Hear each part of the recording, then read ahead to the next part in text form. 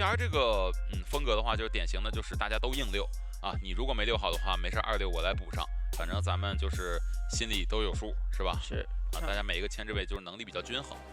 这样基本上都选了，然后可能比较差一点的点就是给到救人位这样啊，而且这个选点的话，对于密码机的干扰会比较小一些。跛脚羊其实会在几个方向之中选择。好的，进入比赛画面啊，往海景房的方向走啊。那边的话呢，其实追这仨都差不多，对，每一个都是克制你的这个牵制位，上来直接找卡梦木偶师。也是开局直接修，因为知道拉点是没有意义的，你在攒愿力嘛。但是前期短板博弈要尽量少给一些平地刀。对，你可以看到，当卡梦进入被追击的节奏的时候，其他3位队友每个人都发了一个破译进度几%，所以说就是说明这样他们摸到密码机的速度很快，也不搞那些其他的就是拉点呀什么的，就直接修，保证密码机速度。平地给一刀。接下来维龙要压迫交路易，其实木偶师牵制跛脚羊就是比较稳定嘛。是的，你交龙我就交路易，给到一刀，然后这边龙也掉了。那接下来80愿力，你刚好2个状态是有机会1个愿力废一个路易，这边再给到一刀。那这边愿力的话，其实还是能够续上。跟过来，阿兹龙击倒了，没办法。那其实这波牵制的话，不算是特别的成功，但是密码机因为第一时间修的，其实也不是很落后。都是这样嘛。其实看到很多局都是海测的这个木偶师开局带个化险为夷，也没牵制天赋。对，然后也就是一个正常牵制，不会说溜得特别的久。然后大夫这里准备过来套化险为夷，2段表也要到，就看一下能不能尽量的让大副吃到1刀再离开。对，不给大副无伤救，无伤救就太亏了。不过这个也差不多是一个小无伤啊。对。然后有化险为夷，其实木偶师也只能倒的离椅子远一些，往大船里走。然后大副的话在就近起一台密码机，让可能阿策去把中场的自己遗产补一补。可能阿策一会儿也要准备过来再套个化险为夷。对，先救再说。但这样的话，如果下一回合拿到阿策1刀的话，后面其实可以拿阿策去2手节奏，因为这个局的话，密码机肯定是不够4人开门战的。那也看一下阿策会不会找个地方暖雨回一波状态吧。对，就是分开走，然后尽快交自己的一个暖雨回状态，让木偶师的这个挂人时间结束之后，不至于被血贴脸。无伤救，这边单人间了，没事儿，再开一个强风还能补一下，去了，然后帮忙拆掉，哎，没拆，假拆，看一下能不能拖出化险为夷，让卡梦再去交路易。可惜没拖出来，其实气象学家刚才就算是给掉1刀的话，也能接受吧。这样的话，木偶师是肯定能活出化险为夷的。但是他们俩都不愿意给刀，就是想着反正这个局4人开门战也费劲，不如我把状态什么的道具都留好，然后等待迎接捏捏的下一波追击节奏。但是捏捏下一波追击节奏有点猛啊。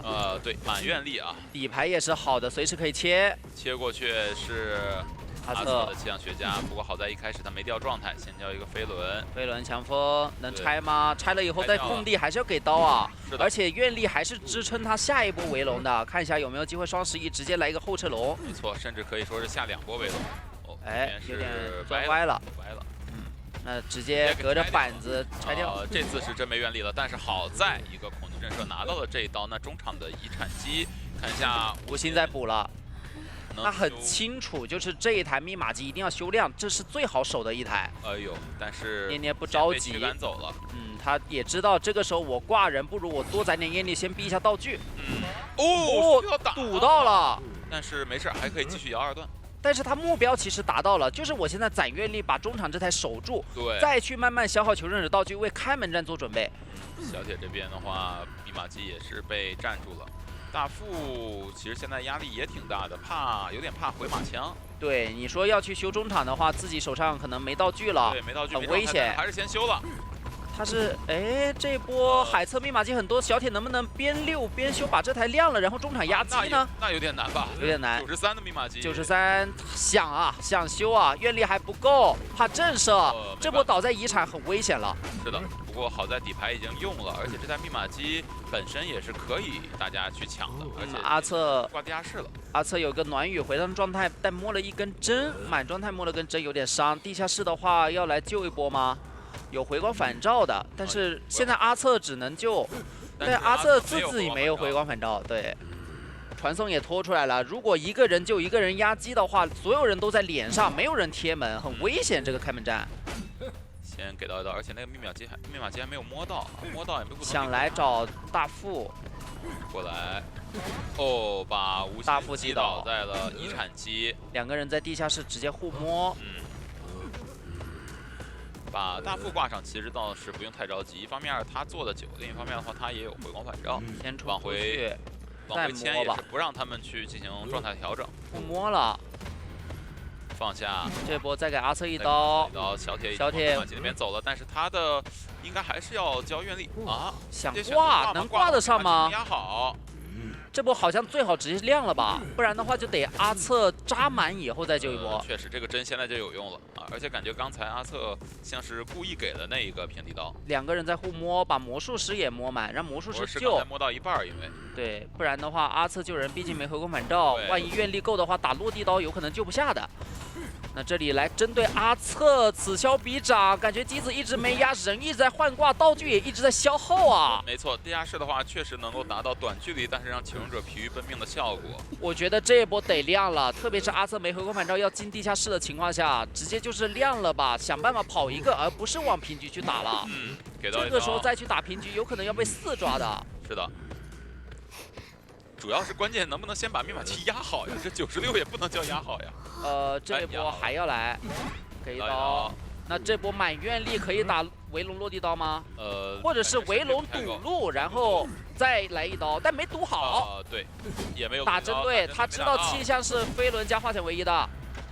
这波围龙帮忙拆掉了，而且正好和阿策隔开的身体得亮了，亮了。那这里飞轮还没好，给到一刀，还是第一时间就带走了阿策。而且的话，火警村上地图你从木屋开始打的话，贴门是非常慢的。过来先处理掉阿策挂上之后，然后处理到小铁快的话，这一局还是一个4抓局。小铁必须要用一个飞轮一个魔术棒，至少撑30秒的时间，因为大副跑到大门都得30秒。而这个时候捏捏手上还有传送，愿力非常多，压力是很大的。没错，看一下能不能以狗带6。先蹲一会儿，但是捏捏好像能察觉到吗？主要捏捏也有点担心，会不会在某个地方把人偷了？对，万一一个围栏出去，两难。找到了，找到了。大门点很多，能够没打到。帮一下，再撑3秒，门就开了，开了就能走一个，至少。有机会去救吗？没有，人已经挂飞了，那被架死在小门，走不了了。没什么办法，手里没道具，也飞轮刚用过，给到一刀。这局能够成功的跑了一个啊。那也算是互有得失，对吧？其实要稳很多，因为我只要变身拆龙，你就固定给一刀打在我的技能上。魔师不一样，这魔术棒一放，万一这刀蒙到我了，这就亏大了。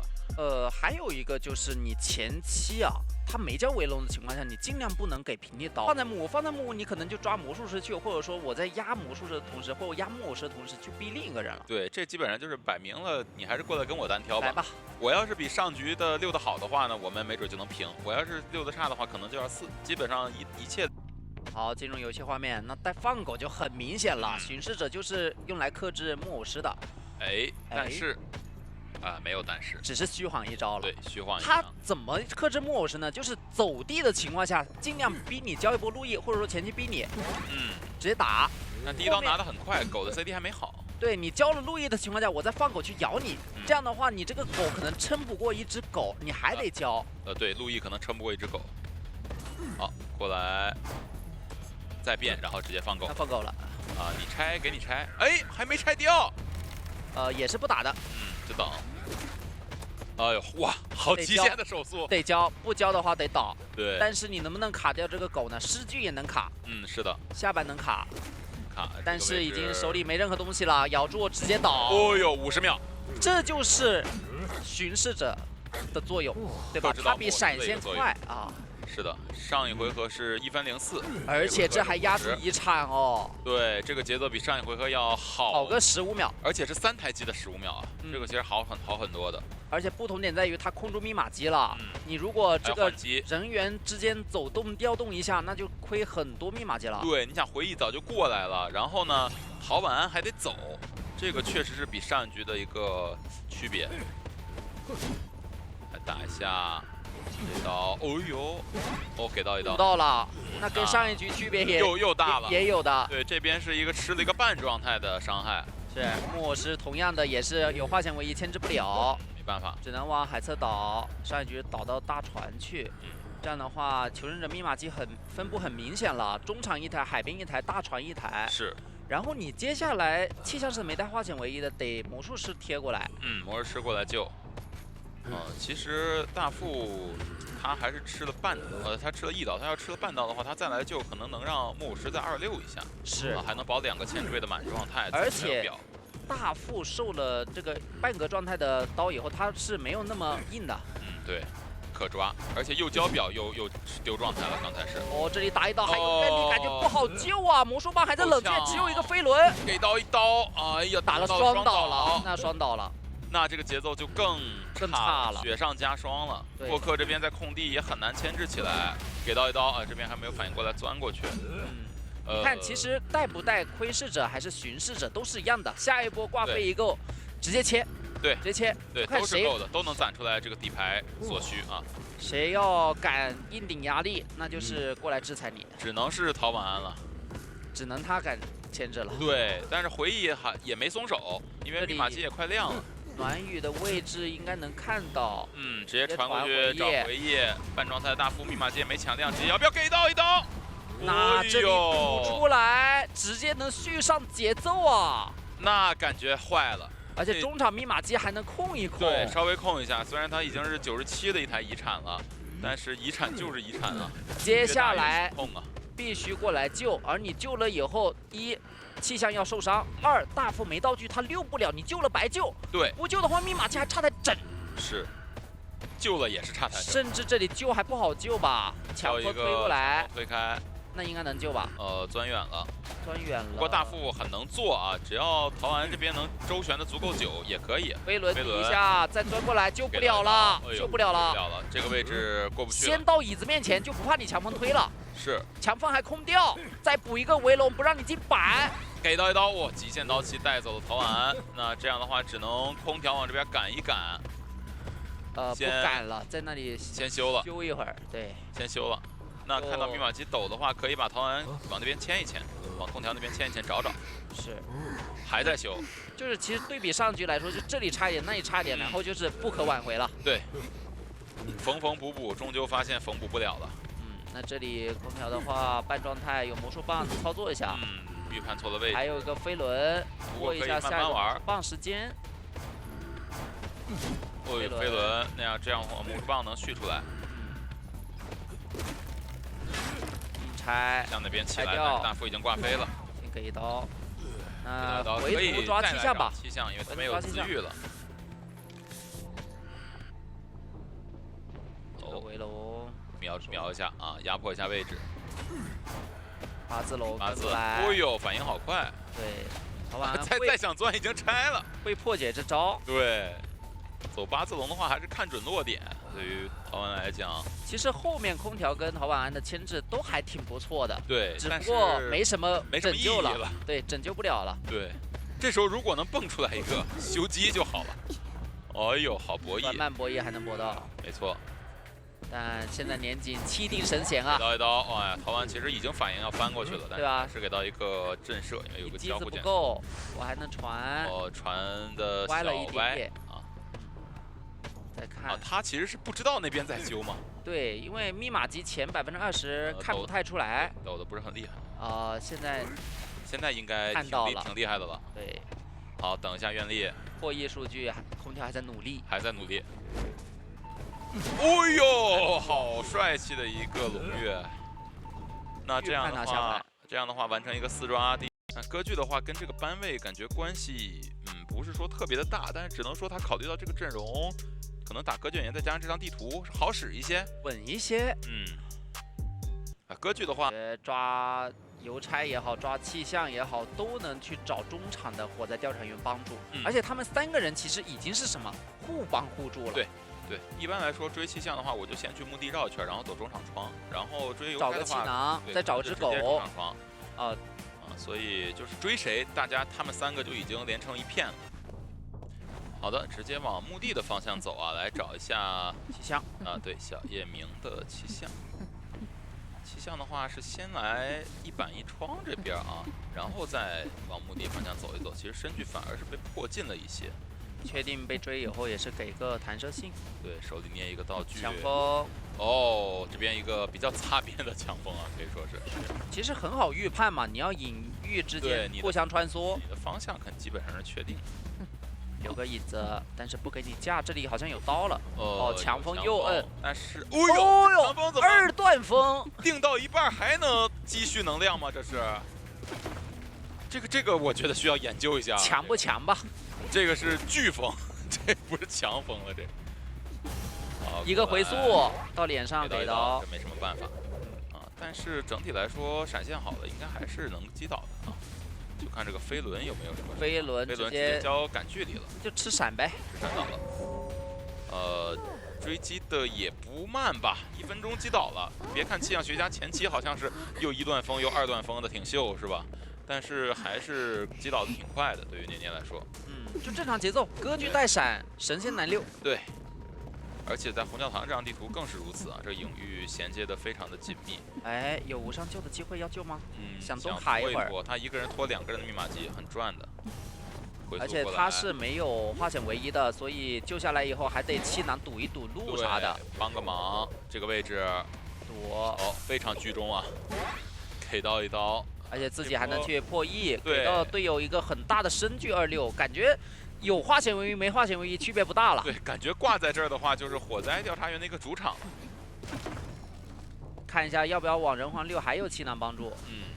强风也在手里，转板博弈不给机会，留个引。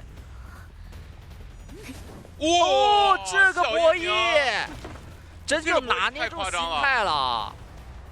直接来一波层元，哎，反向加板了。那等于没秀。对，但是。时间还是赚到了呀，赚了一点点，对吧？赚到了一些博弈的时间。按理说那个点的话很难博，对吧？这个确实是小夜明他自己心里对于这个方面的博弈很有拿捏。这边中场密码机也是亮了，人皇机无心的话直接准备过来救。对，有个铲要先给刀，哎呦，被模型吸了一些刀气。给到一刀，打出来想逼救，对，但是贴椅子的话还是满状态，可以再吃一刀再救。再拖一会儿，其实在椅子周围站着，你打我再救。对，给到一刀，正常把人救下来。可扛，要扛吧？有回光返照的可以扛。而且我卡着你影子，对，卡着你的一个隐月的位置。有回速，看下这波不着急。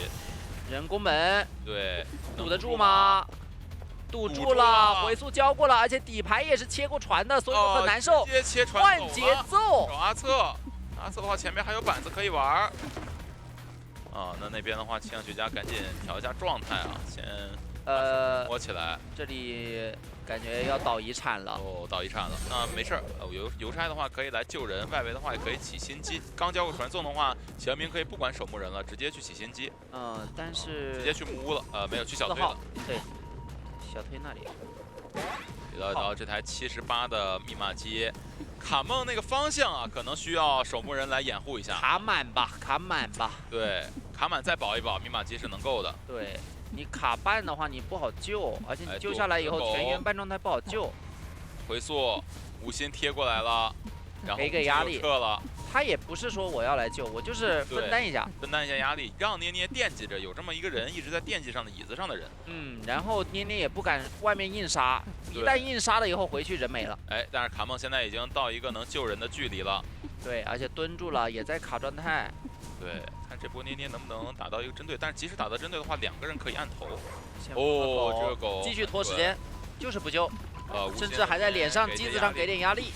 打吗？你打的话，这边扯下来又来人工门，对，又开始了，而且这是满状态继续帮扛，卡影子，卡影月的位置，再卡，不翻，不能翻，打到针对刀了，强摸2刀有机会，但是只有1刀就不够了，看能不能牵错，哎，牵错了，丢下来，不敢丢了，不敢丢了，怕够了，对，脸上2个人强亮了，只能亮了，守墓人手里还有铲，能卡一会儿，对，那这样的话，其实给到年年一个评级机会了。椅子上有人，他只要把守墓人死死架住，求生者是不敢来救的。是的。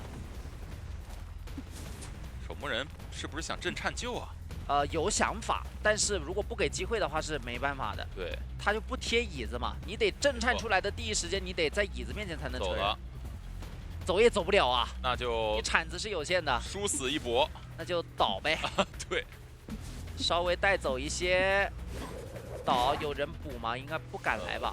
有来。气息！哦呦，像学家过来了，真是不放弃啊！这波我告诉你，要是传回去，气象可是个上挂飞。是，但是没传。年年也没有想到这么胆子大呀。也没关系，反正传送在手，主动权还在。咬到了。这里小夜明没有道具，只有一个飞轮，飞轮没交震慑，上挂飞。是的，上挂飞。守墓人那边能起来也没用啊，没自愈，守墓人没自愈的，起来也没用啊。对，起来也走不了。起来你大门没开。没错。那这波传送是不是还能争夺？想传小门，来不及。不行。守墓人4号密码，4号地窖也去不了。对。那这样的话，年年还是有惊无险保住平局啊。那这样来看，管上场概率真挺高的，是吧？噩梦，昨天也上了，是吧？喧嚣啊，杨啊，不要扬，不要扬啊，还有使团啊，都是挺高的。但是3字的话，可能上的比较低。复荣反生真的是挺厉害的一个技能啊。好，那这个悬点已经锁定了啊，红毯方向站着这个气象学家，然后木给了飞行家。好的，进入比赛画面，这边入殓师直接原地放灵就开溜啊。中场方向的话，喧嚣已经到了，前面看到中场窗户一个双重惊喜拿到一个红球，也不抽第2下，因为没视野，早点进入 CD， 早点进 CD 啊，这一点挺好的。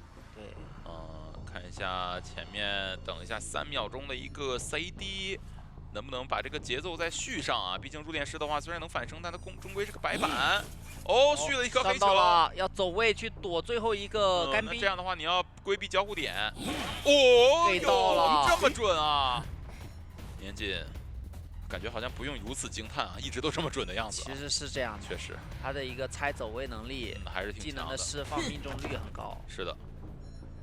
前面的话，看一下。陶安这一波走位能不能来一个出其不意啊？让年锦没有办法琢磨，但是这是一个交互的球，能不能直接双 A？反应好快。对的，空中飞人交过来之后，直接一个短按的这个双重惊喜，第2段位移过去，脚底下就是缺的另外2个颜色，是吧？这入殓师嘛，他就不需要队友救，我先反一波，对，先把外面3坛拖亮再说。没错没错。但是也是一个2挂嘛，就前期的话追击节奏还是很好的。直接用粘土粘住它。对，再用干冰交互的时候再点一下。等一下无敌时间过了，空中飞人飞上2颗球，差1个红飞轮，但是没办法，直接带走。没办法，这个地方就感觉年锦的这个双重惊喜加本体的一个压迫走位，就像是2杆枪在架着你一样。是，走也不是，不走也不行。对，直接进入到一个2挂节奏，佣兵这波来救援，尽量规避一个双倒，这局依然是有可以盘的机会。但是3跑的话，恐怕很难做到啊。3人看门战吧，先以3人看门战为目标。对，先打着再说。对，先打着再说，万一后边出现了什么情况啊？看一下兵已经2阶喽，很容易双倒。给到一刀，摊的肯定要摊的，但是算了，交了道具就没必要了。是的，过来哇！你看这个多次利用自己的双重惊喜，真是每一波他的技能释放都是有用的，基本不会被对手去躲掉。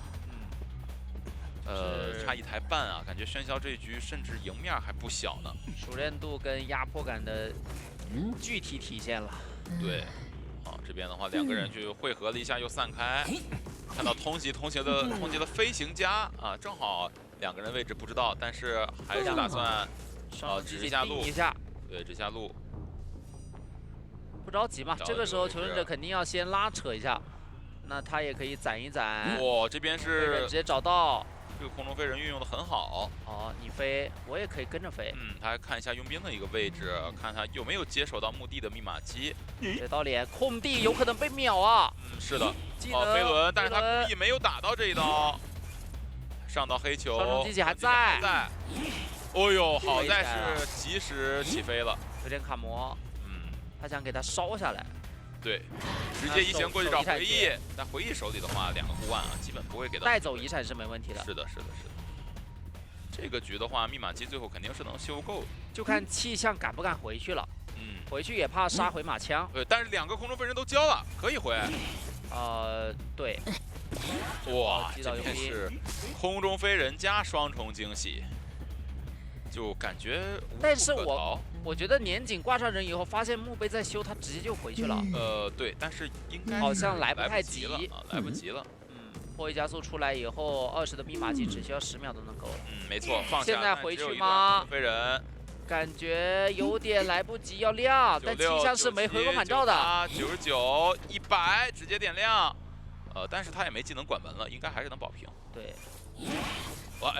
直接击倒。这个速度是不是有点太快了？前面又一段空中飞人好了，再利用一下这个点。佣兵再拉一拉点。倒得太快。对。看你没人在点门，直接回头，那佣兵又可以回来了。爆点要爆得及时。过客那边也没有摸门啊。他刚摸到门啊！这种情况之下没有空中飞人了，感觉门也够呛吧？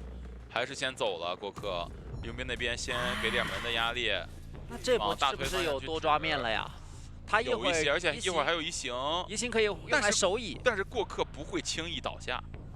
这一点现在只需要回忆给他一些拉扯的机会就好了。他其实目标是把佣兵骗出来。对，但是佣兵不会那么轻易出来的。倒不倒下的移形来找佣兵，他也是觉得是吧？灵光一闪，看看有没有。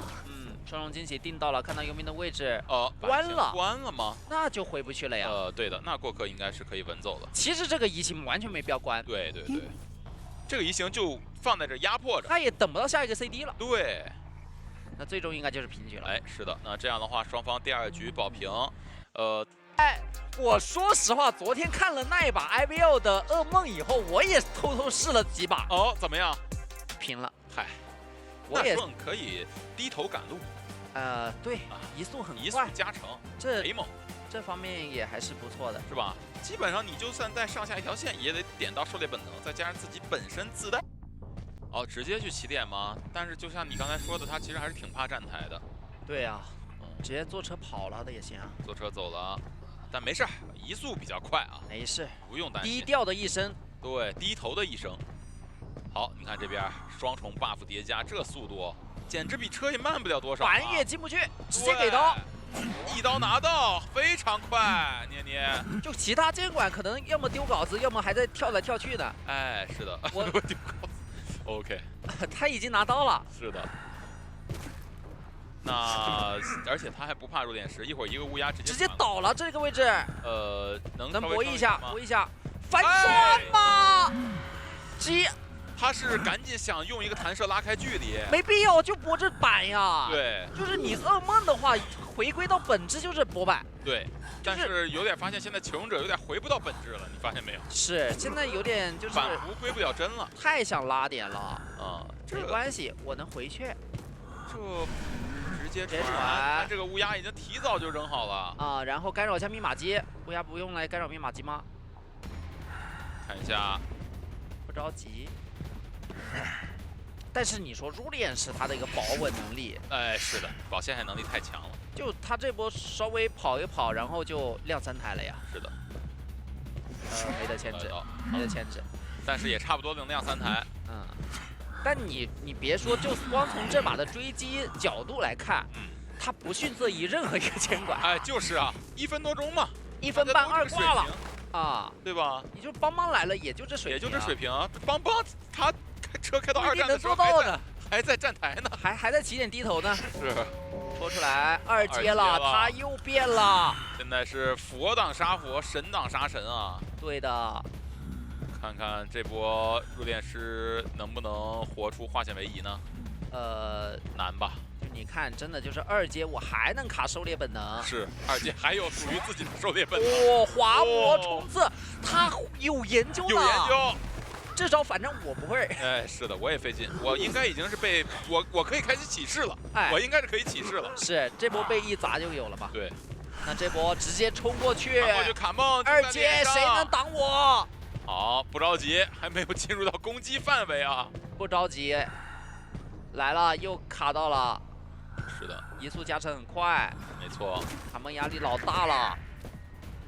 现在不大了，移行过来。但移下去了。对，还是有个高低差在。对，这个应该还是要勾2圈，钩子又好了。对对对，那这波移行有点白交了。对，再勾，没关系。哎，偷偷看了一眼没了。对，算了。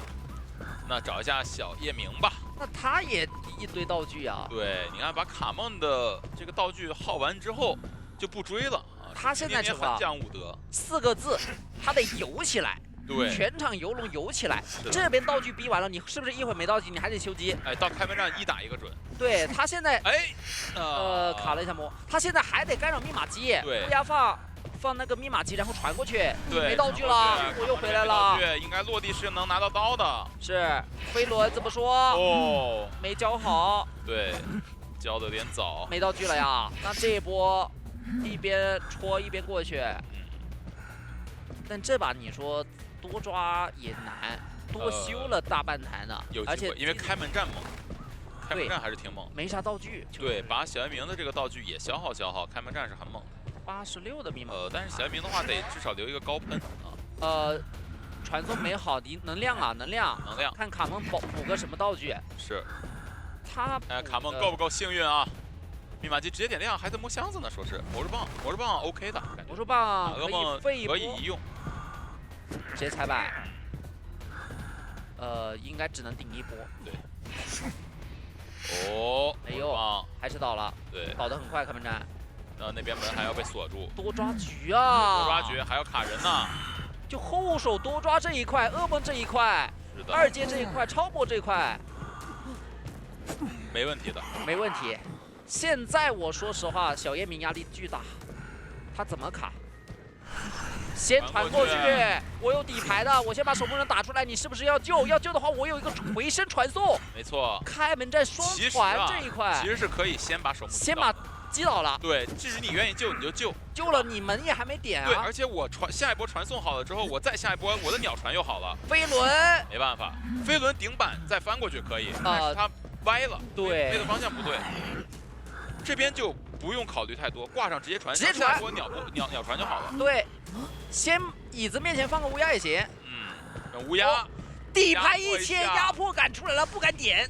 但是这样有点错失良机，卡梦能拉得更远。是，对，而且但没关系，进不了，进不了。哦，拖倒了，而且乌鸦放回去有没有机会啊？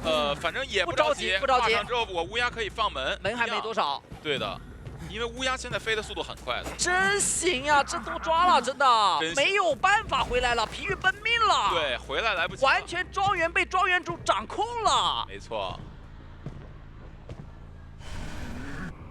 再回来，但是无线也没有贴，但是没关系，是能找到的。那这样小夜明去另一个门应该是能点开的，因为他10秒，我觉得够呛，可能鸟传还是要好。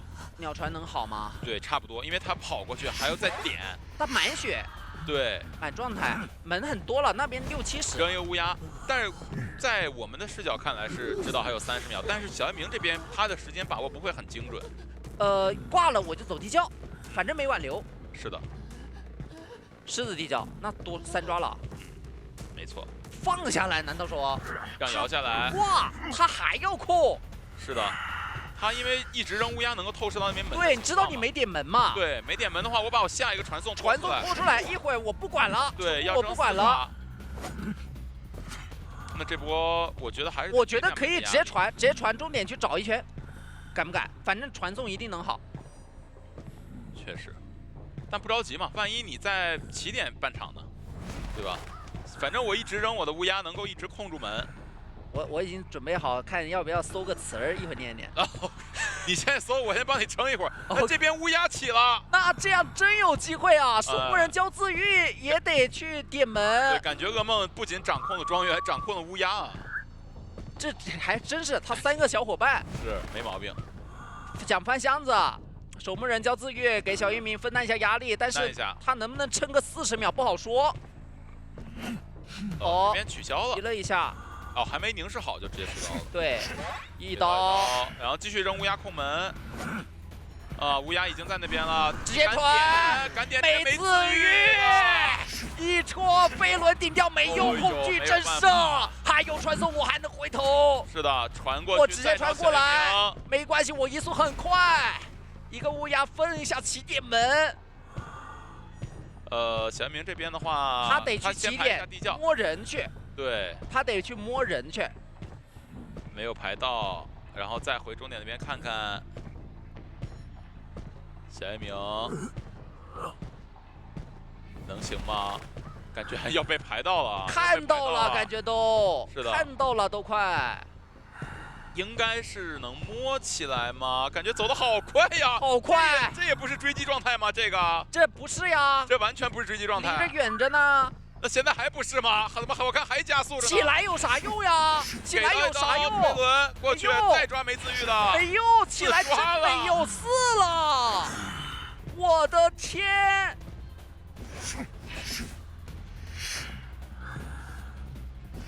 哦呦，哎，起势来了！起势了！戳！过板，再戳！再来！滑魔！还能没滑过去啊？没事，没关系，时间问题。不着急。这个起势确实也没什么太大的用啊，直接交一个大盆完成4抓。那下半回合的话，北京 WBG 只要保平，出场的基本上都是2字监管者。罗小杨说：“我改个名，对，以后叫小杨。”哎，好。现在确实是怎么说呢？威力。那个起点勾震慑的回忆，我觉得这点一定要规避。虽然说都是家，但那个是飞行家。哎，这个小说家的话，他毕竟他是小说家，是吧？好，直接往起点方向走了啊！看一下陶安这波的牵制啊，应该还是偏稳健的一个牵制思路，但是没有选择上车啊，还是往鬼本方向走。那这个不上车，这个车坐不了了。放个夹子后面。要布夹吗？好像没打算布夹，想直接追了。哎。啊，你也是另外一位2字监管啊？这么直白吗？我比较直白，你比较直白啊。好，行，你这场搭档不是我，我不认识你。好，来看一下陶安这一波牵制吧。到鬼板的话，其实高墙会比较多一些啊。放下夹，板子正常下掉。前面的话转到刚进鬼板的双板区，啊，卡一下视野。那这里只能绕哦，骗红光能骗到吗？骗到一点点。这里有个勾点。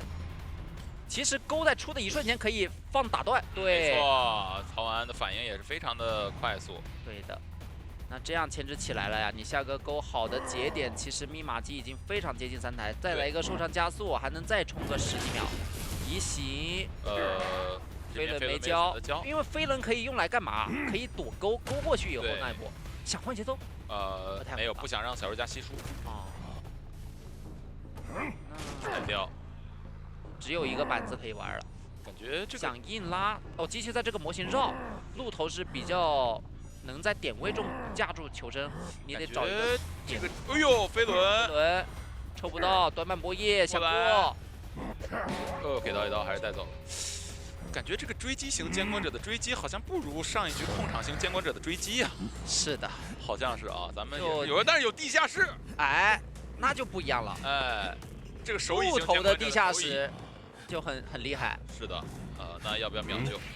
来不过有守墓人不怕，完美的规避了这一点呀。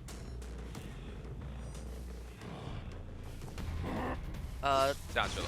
哎呦，这一波其实跟的话有机会落地刀的，如果交勾了反而就无伤救了。哎，怎么把小周家也给放走了？26哎，是啊，能不能吸个来砸个板子？输马上就好了，好了。但是想。得平地交，但是进鬼屋的话溜不了哦。先带走26了，36。对，留着36，而且毕竟守墓人没掉状态。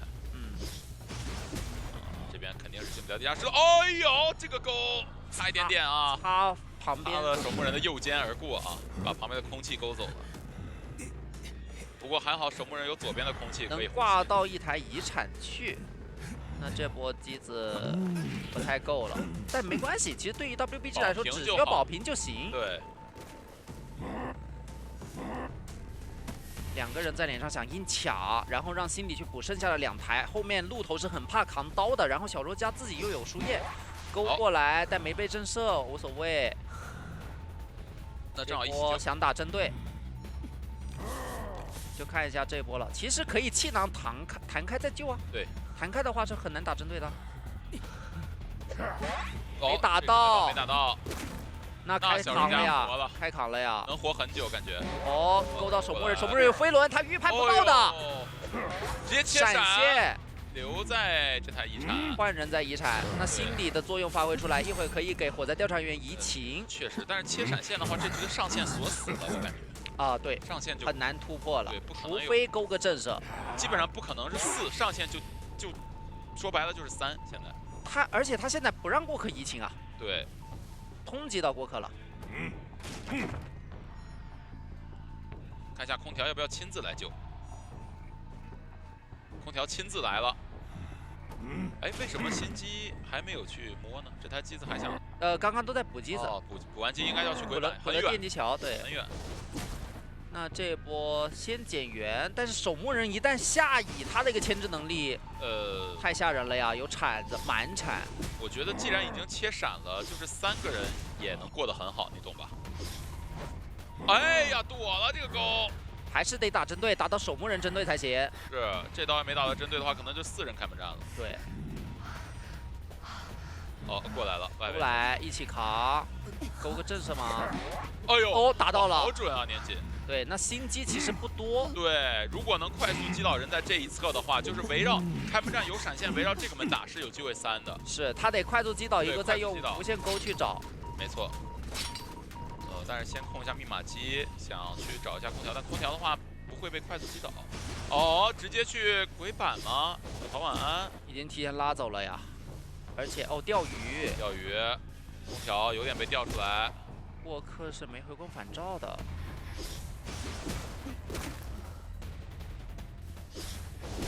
哎哦，差一点，勾到了，有一刀。 但是那台多修的也很快了。是的，主要是在这边，就算你击倒的再快的话，赶过去起点门能来得及再留人吗？我在想的是，心里倒了以后，他们只能直接亮了。哎呦，这个钩关键勾空了，太难受了，要不然勾到了有一波上瘾节奏，而火灾调查员又没有回光返照，不敢来，就只能去贴门。对，现在火灾调查员是可以马上贴到门了。对，而且我觉得这波心里有回光返照，他是开门战能溜的。没错。那闪现没办法去管门啊。对，除非他现在。而你击倒心里又一定要挂。对。 挂上人以后再去起点，已经来不及了。现在想先去也难呀，来不及的。一会儿自愈起来，然后对，但他顾不了那么多了，只能这么拼。那这样有可能要被多跑。没错，拼一拼了，没办法了。算了，回头了，算了。想了想，还是挂人吧。是，既然这个没什么办法处理的情况下，把这个损失稍微降低一点。 那这样就是恭喜北京 WPG 翻盘成功。是的，一个噩梦，直接4抓翻盘。是的，我现在已经看到一辆列车朝我开过来，上面。因为最近的话也能看到，因为地图会比较适合跛脚员发挥，有的监管也会选择带一手失常，去增加自己的一个节奏。最近大家的是跛脚员这边也没有上当，还是一个常规选点。是的，这个。 包括说我们上一把也看到说携带一个放狗的技能去针对一下木偶师嘛，这样可能你的一个技能不太好去释放了。他选这里的好处就是我首先把甲门那个密码机给锁住，对吧？然后好，那这一把的话是直接往2楼下去排，把你的人对都往中场跟甲门去赶，哇！这样确实前面那个破译速度会非常慢啊。而且。 教授的话，你还真的是要吃操作的。你万一说你操作博弈没有博弈好的话，也是有被秒的风险。对，因为现在跛脚员确实会通过一些抬龙的动作啊，包括说骗一刀，这贴脸骗出来。对，这样是先打到了一手被动。对的，这也是教授他的一个优势所在。你不放笼子的话，其实我不用博弈。对。但这里想走一个8字。 教授的反应的话，选择中间穿过来。哦呦，很好看抬手。这个龙的话也是拆掉了，没问题。白纸他这波操作没毛病。那看一下前面，哎，被车撞了，但是好，哎呦他也有点过不去。这个电车来的真的是刚刚好，是，把白纸他这边钻龙的一个路线都给堵住了。然后在这边牵制了一个风险，确实是的，一个后撤步我，手里还有个飞轮，感觉能秒。是这边飞轮位置确实不好交，那么1分钟的一个击倒。看一下大副那边的灭瓦机会稍微慢一点，而且他现在要是赶紧贴过来。一个人追我确实有点难，但是联合狩猎那我没办法了。是，而且这里是通到了飞行家，脸上的耳鸣好像能，哎，再往前走一哇点点，大副可能就被卡在那里了。近在咫尺啊！刚才，对，但是因为南确实也没露脚印啊。不过佩佩他这边是稳扎稳打，贴脸手，这样的话不给你任何的偷人的一个说法，可能要考虑打一手针对了，是不是？想探一下大副，这刀还是打到了针对。也还好，因为这个阵容的话，首先我没有一个 OB 位嘛，那么我只要把刀打到教授身上，他没有2636的一个情况下，我的节奏还是好的。对，只要快速减员啊。嗯，看一下这边尽量倒的稍微远一点点啊，毕竟前面的话技能也没有暴露过。监管这个手椅呢，就是尽可能的保证自己在这种手上的人不丢的一个情况下，再去扩大自己的一个优势。但其实核心还是要手上这个人啊，对这个人是一定要看得住的。就起码说不能丢嘛，不能让他2636起来。这里的话又是一个提前蹲好了，已经在2楼的2块板子那里没有露任何脚印，所以说也比较难排。对，我觉得斗武他这个打法是对的，尊重嘛，因为对跛脚人他确实手椅拦截很厉害，对，然后我一直贴脸就没有那么大的压力了。那这边的话也是变路易去拆龙，两段路易也没有问题，把人给救下来。那这样的话，佩佩他是选择继续打一手针对。哎，骗到了一手鳞片，而且飞轮没有交，第二段鳞片也没有交。对，感觉会稍微有点可惜，因为刚刚那个26空间是比较大的。如果说这波博弈的比较好的话，其实密码机的进度差的不多呀。因为每次的一个倒地方向对于佩佩来讲没有什么干扰的说法，而且救援的话，其实大家的一个状态掉的也都不是特别多。是的，这样的话其实给到佩佩的一个开门战的机会还是很大的，因为他毕竟满月历带底牌技能嘛。那本来木偶是想卡，但是被通缉到了，传送过来，也是飞行家77的密码机。是的。飞行家的这个飞行器交的非常好啊！哦，一个高哇，耗掉了一个笼子。是的，这个悬停的话是多废掉了一层愿力，但是佩佩的这个熟练度不好意思，后面的话就没办法了，一个龙直接贴脸。只要我有愿力，那你根本就逃不出我的手掌心。是。那求生的话，承载那边也是直接在墓地兴起了，等挂上也是差不多一半的一个进度。对，求生那个反应还是非常快，南这边是摸了一个针。密码棋的进度还是足够支撑着求生者去打这个后期的。包括说大副手里有怀表，状态比较好的话，这个救援还是没什么问题。现在的话就看他是要不要去打一个拉扯局，找下我们的木偶师。看这边要突袭，两段飞，贴脸了，熟练度很高。这边也提前防，而且有一个变身的机会。是的，把木偶给骗出来。这里的话，人的话已经是离开了墓地，不过这边又给你圈回来了，还是要倒。这边没办法。哎，那这里有一个挂地下室的说法呀。是的。而且那个椅子离另外一台77的遗产非常远。对，可以考虑一手强挂地下室，打一个究极手椅。对，来了，佩佩他思路很清晰，既然密码机守不住，那我就守这个人。对，守这个椅子。飞行家那边贴到了密码机，不过这边大副因为贴过来的太及时了，难来的很快。对。而且大家都是有红光返照的，包括说救下来木偶师还有牵制机会。但是其实还是有压力，因为我可以里外两龙，然后再打里面的一个针对，让你们出不去。对，压是已经压好了，现在还是蛮纠结的。对，封一个普通龙啊，大副帮忙拆一下。是的，木偶师也是变身，现在一个人往外冲，另外一个人还在底下，因为考虑到本身有红光返照嘛。那佩佩他是这边没有考虑双龙吗？有的。那这样打的话，那个笼子掉了，其实木偶师还是能成功出掉这个地下室。那这个笼子掉的话，得看他下一波能不能开门战秒掉了。前面这个笼子很关键，漂亮，倒了。这样手上有传送的话，你这个门确实不太好点。他们是派了一个人在中间卡，而且卡得非常近啊。要不就牺牲大副，有可能走不了，然后让那边的门去走。对，大副这边先保证看能不能走地窖。佩佩的话是先排了一下墓地门。哇，这两段龙子精准的找到大副的方有位。耳鸣，而且这边是没有地窖的。是的，不过有他手里有怀表。怀表。嗯，佩佩也知道不能给他贴到门，这里的话一个龙子拦到了。但是这个表是交出来了。虽然说表摇到，但是他这个身位不好走，要冷静。但是还是被摇到第二段。那么第3波的一个愿力来得及吗？想把它封住，第3段摇到了，应该能出去，他不对能打这一刀。打的话龙子掉。动了大副，拿到这个平局很关键呀。最后的话，求生者就完全无解。他是能够有一个对抗的，但是前提是也是建立在我的强度来源于我选手的操作，对吧？所以说这是他一个设计比较巧妙的地方。对于求生来讲的话，也确实，如果自己对这个角色理解比较深，也完全可以说，哎，静观其变，看你的这个龙子怎么放，我再去思考我的一个牵制思路。对，就是我还能够有一个去应对的一个说法，它不像说我可能选手如果说我就去处理一下，因为你如果不太管它的话，可能后面也会比较难受。是，确实咒术前期的话还是会相对来讲，牵制上弱一点。但独栋这个位置的话，可能要谨慎考虑吧。好，还是选择了2楼下的魔术啊，因为点位的话确实会好一点。没错。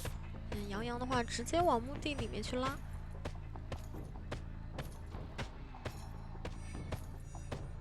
墓地的这个点位的话，还是对于球员来讲比较舒服的，所以看一下监管者这边能不能追得快一点。先插个眼，限制一下你这边的一个动向。哎，他这个拍板有点着急。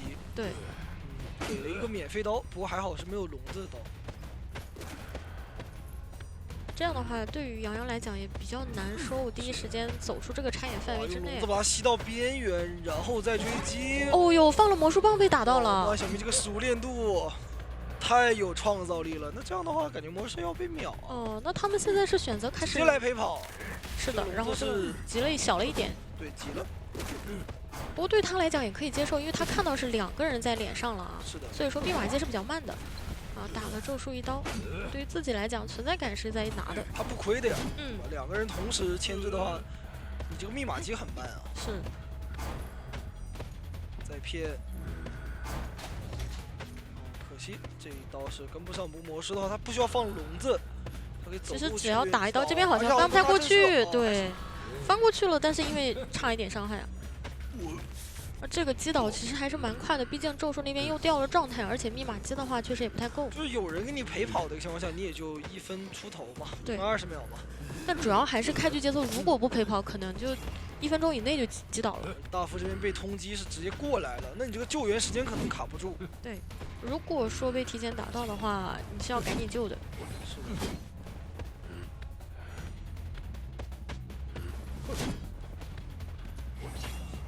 要不选择放龙子给大副来一刀，没打到。哎，打到了。哎，这边车也来了，撞不到。是。杨洋他很难去进行2636啊，是道具已经全交了。加上天赋的话也是需要他去交互才可以啊。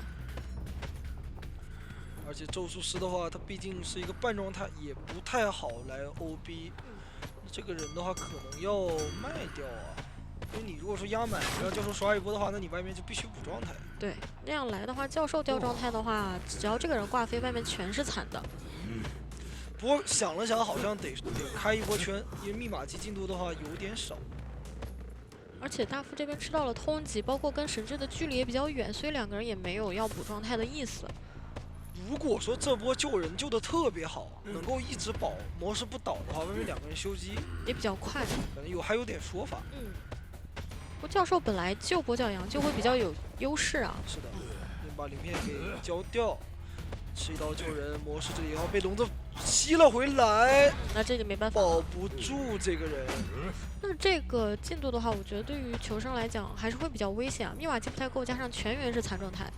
其实我在想，他如果说我不交道具，就是吃一刀救人，然后再去陪跑，好像能拖一下密码机吧。如果说这里能稍微拖一会儿的话，其实有机会啊。因为已经决定是去抢密码机了嘛。如果说是2个人补状态的话，那可以说教授救完就走。是。我现在对于求者来讲呢，还是有平局的机会的，就是得好好打这个后期拉扯。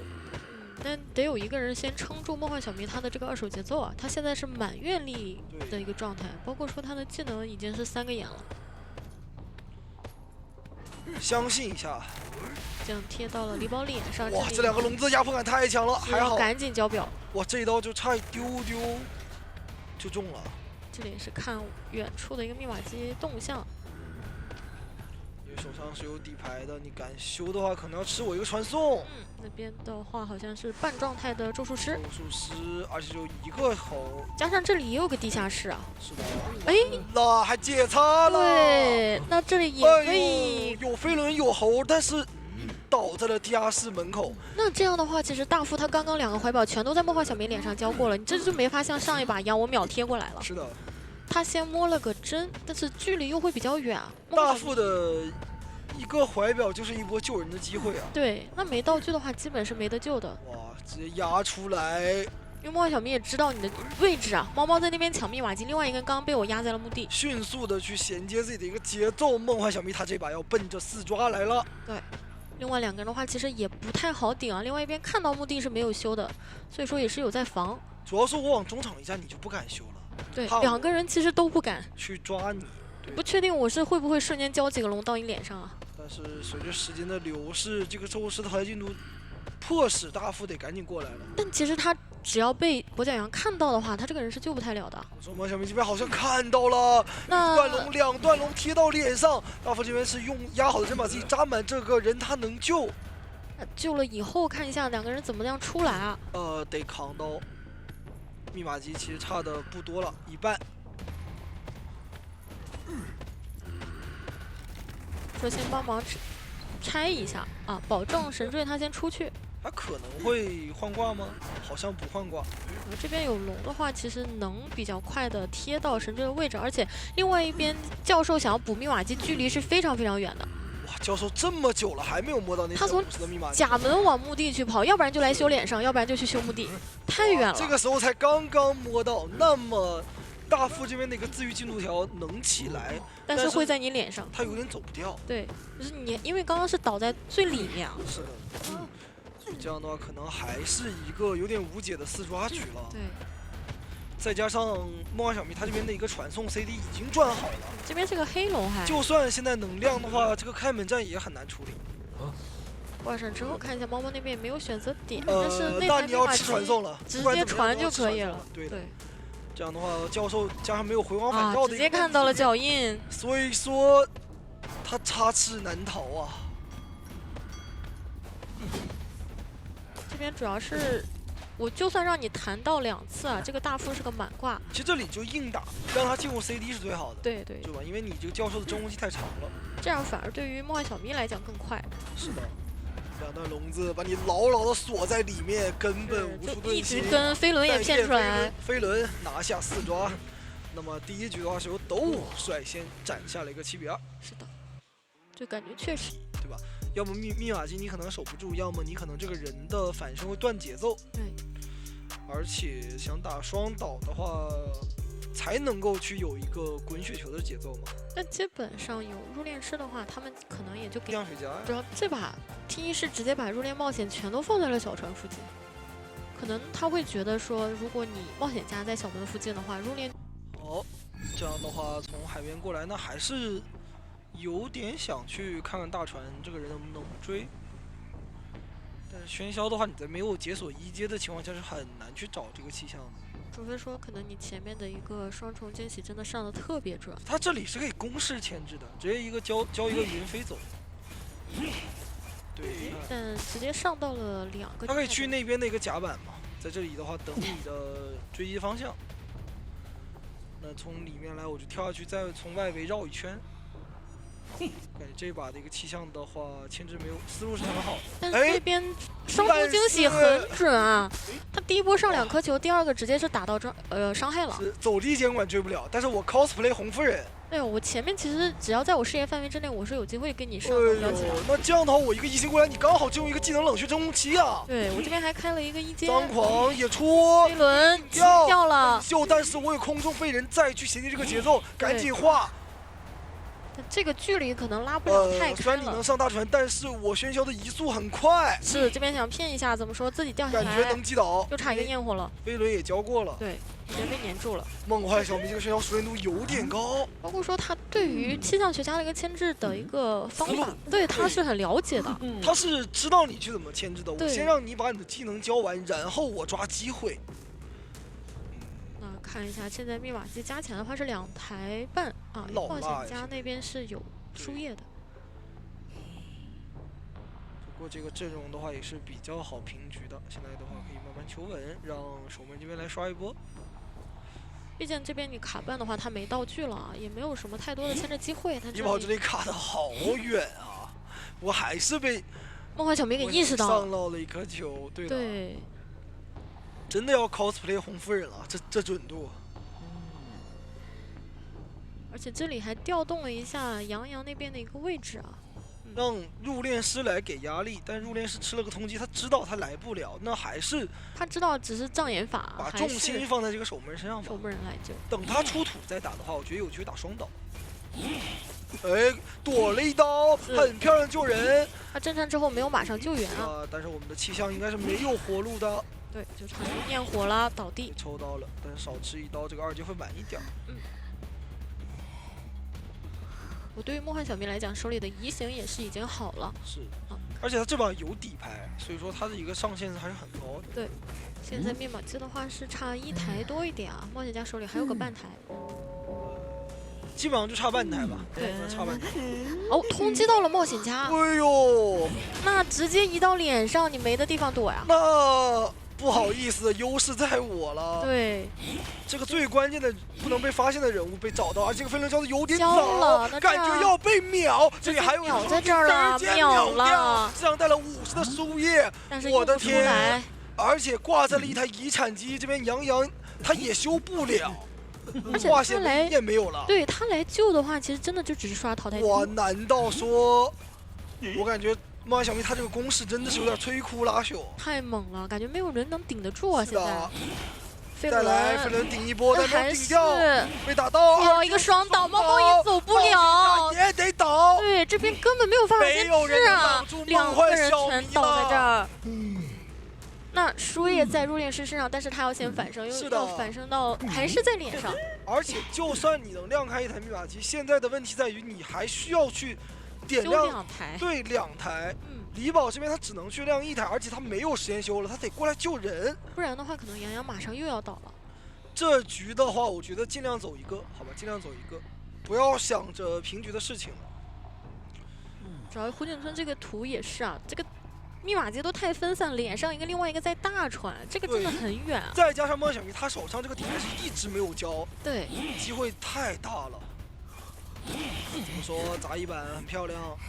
但身位可能还是拉不了太开啊，因为这边是有空中飞人的，梦想家这个36，但是直接被融化。对，很难牵制。那入殓的话，交出了输液，还是就差脸上的这一台。对，最后的这个70的一个密码机，但是梦想迷好像知道入殓师现在才是关键人物，他要找入殓师。哦，还差大船。对对对，能压好。直接切船，但是密码机亮了，被因为是用强制传到输液大门。那这对样的话，小门能走，而且海边有地窖，难道说？不过这边是个没有红光反照半状态的入殓，但是距离很远很远，难，怎么说？距离看到脚印很远很了远，，他拦不住入殓师了，因为他是喧嚣。怎么说？这个传送一交的话能平局，我的天，哇峰没有回路给转。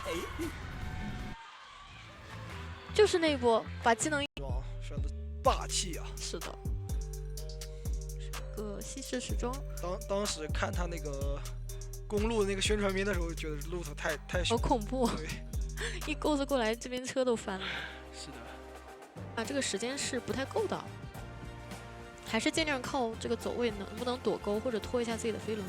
不过这个悬点的话，离大船会没有那么近，会给到，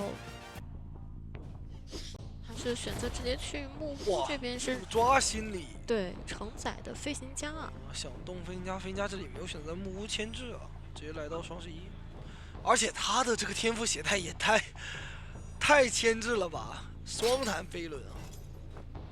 把自己当律师玩了，这是。对，主要可能对于佩佩来讲，这边他飞行家是可能会带个化险为夷的嘛。对，但是没有想到承载这么全副武装。对，包括说前期。哎，要不要交大喷？这个位置被勾到再交吗？那我觉得不如直接交啊。直接交这个勾就废掉了。对啊，你可以省很多身位的呀。大概身位是现在的2倍可能。也行吧，反正不吃刀就行。因为可能对于他来讲会觉得，万一我扭掉了呢，对吧？操作一下。对对对。然后用这个大喷弥补一下。哎呦，没事有飞轮。还有交喷。对的，你一阶勾没伤害。哎呦。是的。而且你也没放陷阱啊，这边有点被克制，你别说。对，飞行家是比较难追，他比佣兵还难追，其实。我说你敢钻回来吗？怎么说？翻了出来。主要手里飞轮好了，加上这个 CD 也快续出来了。再被勾。还有一个背包。哇，克制。基本上你每个。但是这里没交飞轮，那位置有点差了。现在也是钩子进入 CD 了，包括说密码机进的也比较多了。他刚才交飞轮可以无伤进版。对对对。哎，这边只能也没交。他是不是所有的钩子都吃了？对，但前面因为你吃就吃嘛，反正我有背包。我玩飞行家，我勾都不用躲。对你勾呗，反正我背包一交，你拿不到刀。确实。那这样的话，确实也是能够给到一个监管者手里的机会，而且通到了佣兵。弹过来。哎呦，这钩子可不好救啊，要博弈的。不能被震慑勾。哎，勾椅子了，着急了。哇，打到了南身上，还给到了一个26。对。这个身位比较近，你现在钩子还没好。现在这个飞轮第一波是没有选择交的，那第2波的话可以用飞轮26。这边是想跟一下，想陪跑。但是这神奇钩，我交了飞轮能扛住吗？好像有机会扛一刀。如果扛到了，扛到了，哇！好激进啊！还帮忙去踩那个夹子，主要现在密码机的进度其实有点不太够的。不，有冒险家，其实差的不多，就差半台。看承载到底能撑多久了？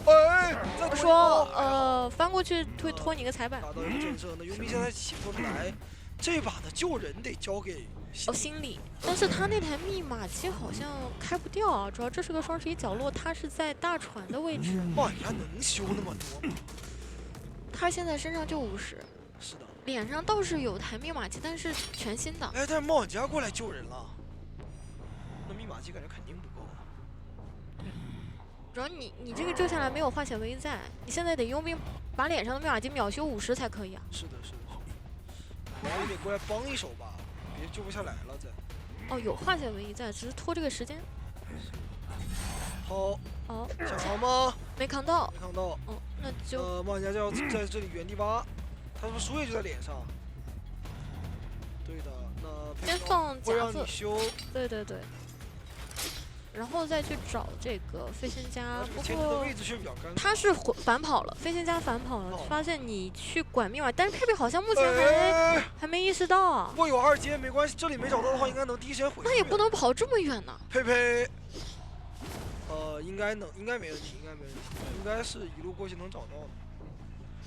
我心里这边是给佣兵1清1满的，对，看一下佩佩这边。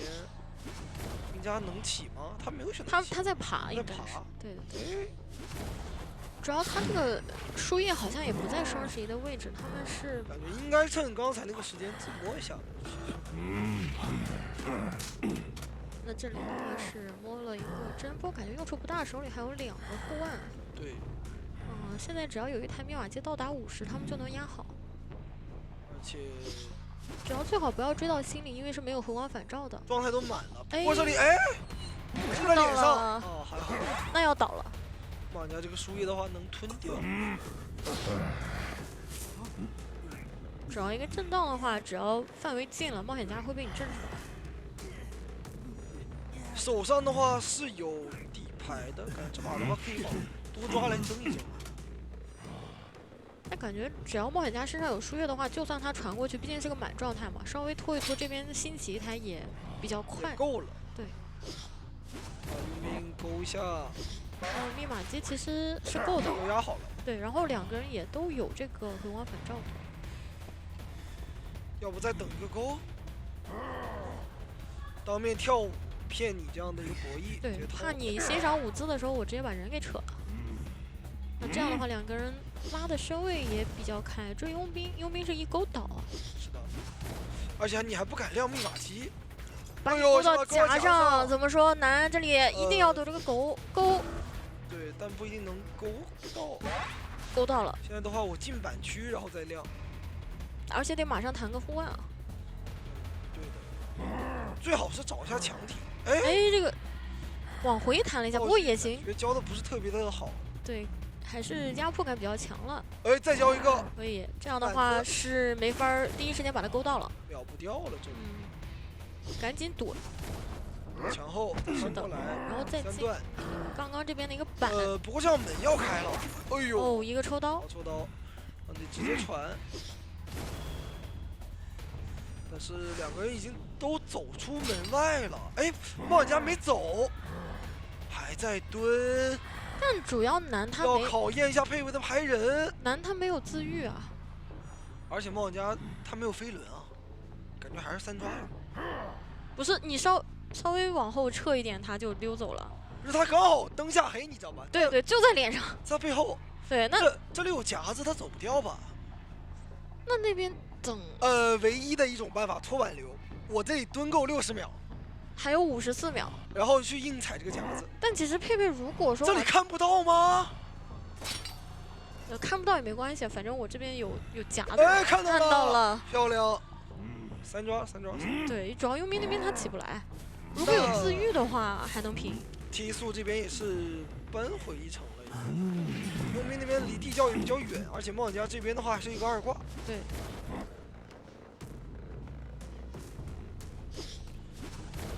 你说他有没有可能？他不知道地窖在哪儿，然后要稍微排一下。按照佩佩这个移动速度来讲的话，应该是来不及走。应该会比佣兵快，但是他还是要先预判一下你爬那个方向。哎呦，但是这个距离还是有点吓人。我冒险家一时半会儿飞不了。对，这边还是而且佣兵好像没有快爬，哦，还是挺快的，但还是能赶在他之前。对。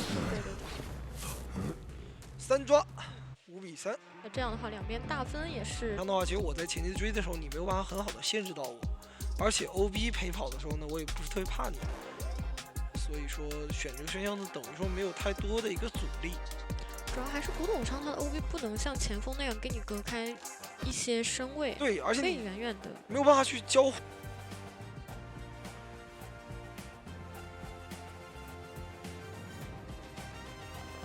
机械这边他往小门那边去拉点，很容易跟古董商去打一个配合。对，正好是顺路。主要是他放一个娃娃。这样的话，先往中场走，把杰森的位置压在小木后面。但是他已经选择拿娃修机了。对，不管娃娃了，直接开始追本体，抓本体也行。哇，这上球速度！还好这个双生期躲掉了。第3段是没有命中的。对。这个插眼的话，能够有效的压住他的位置。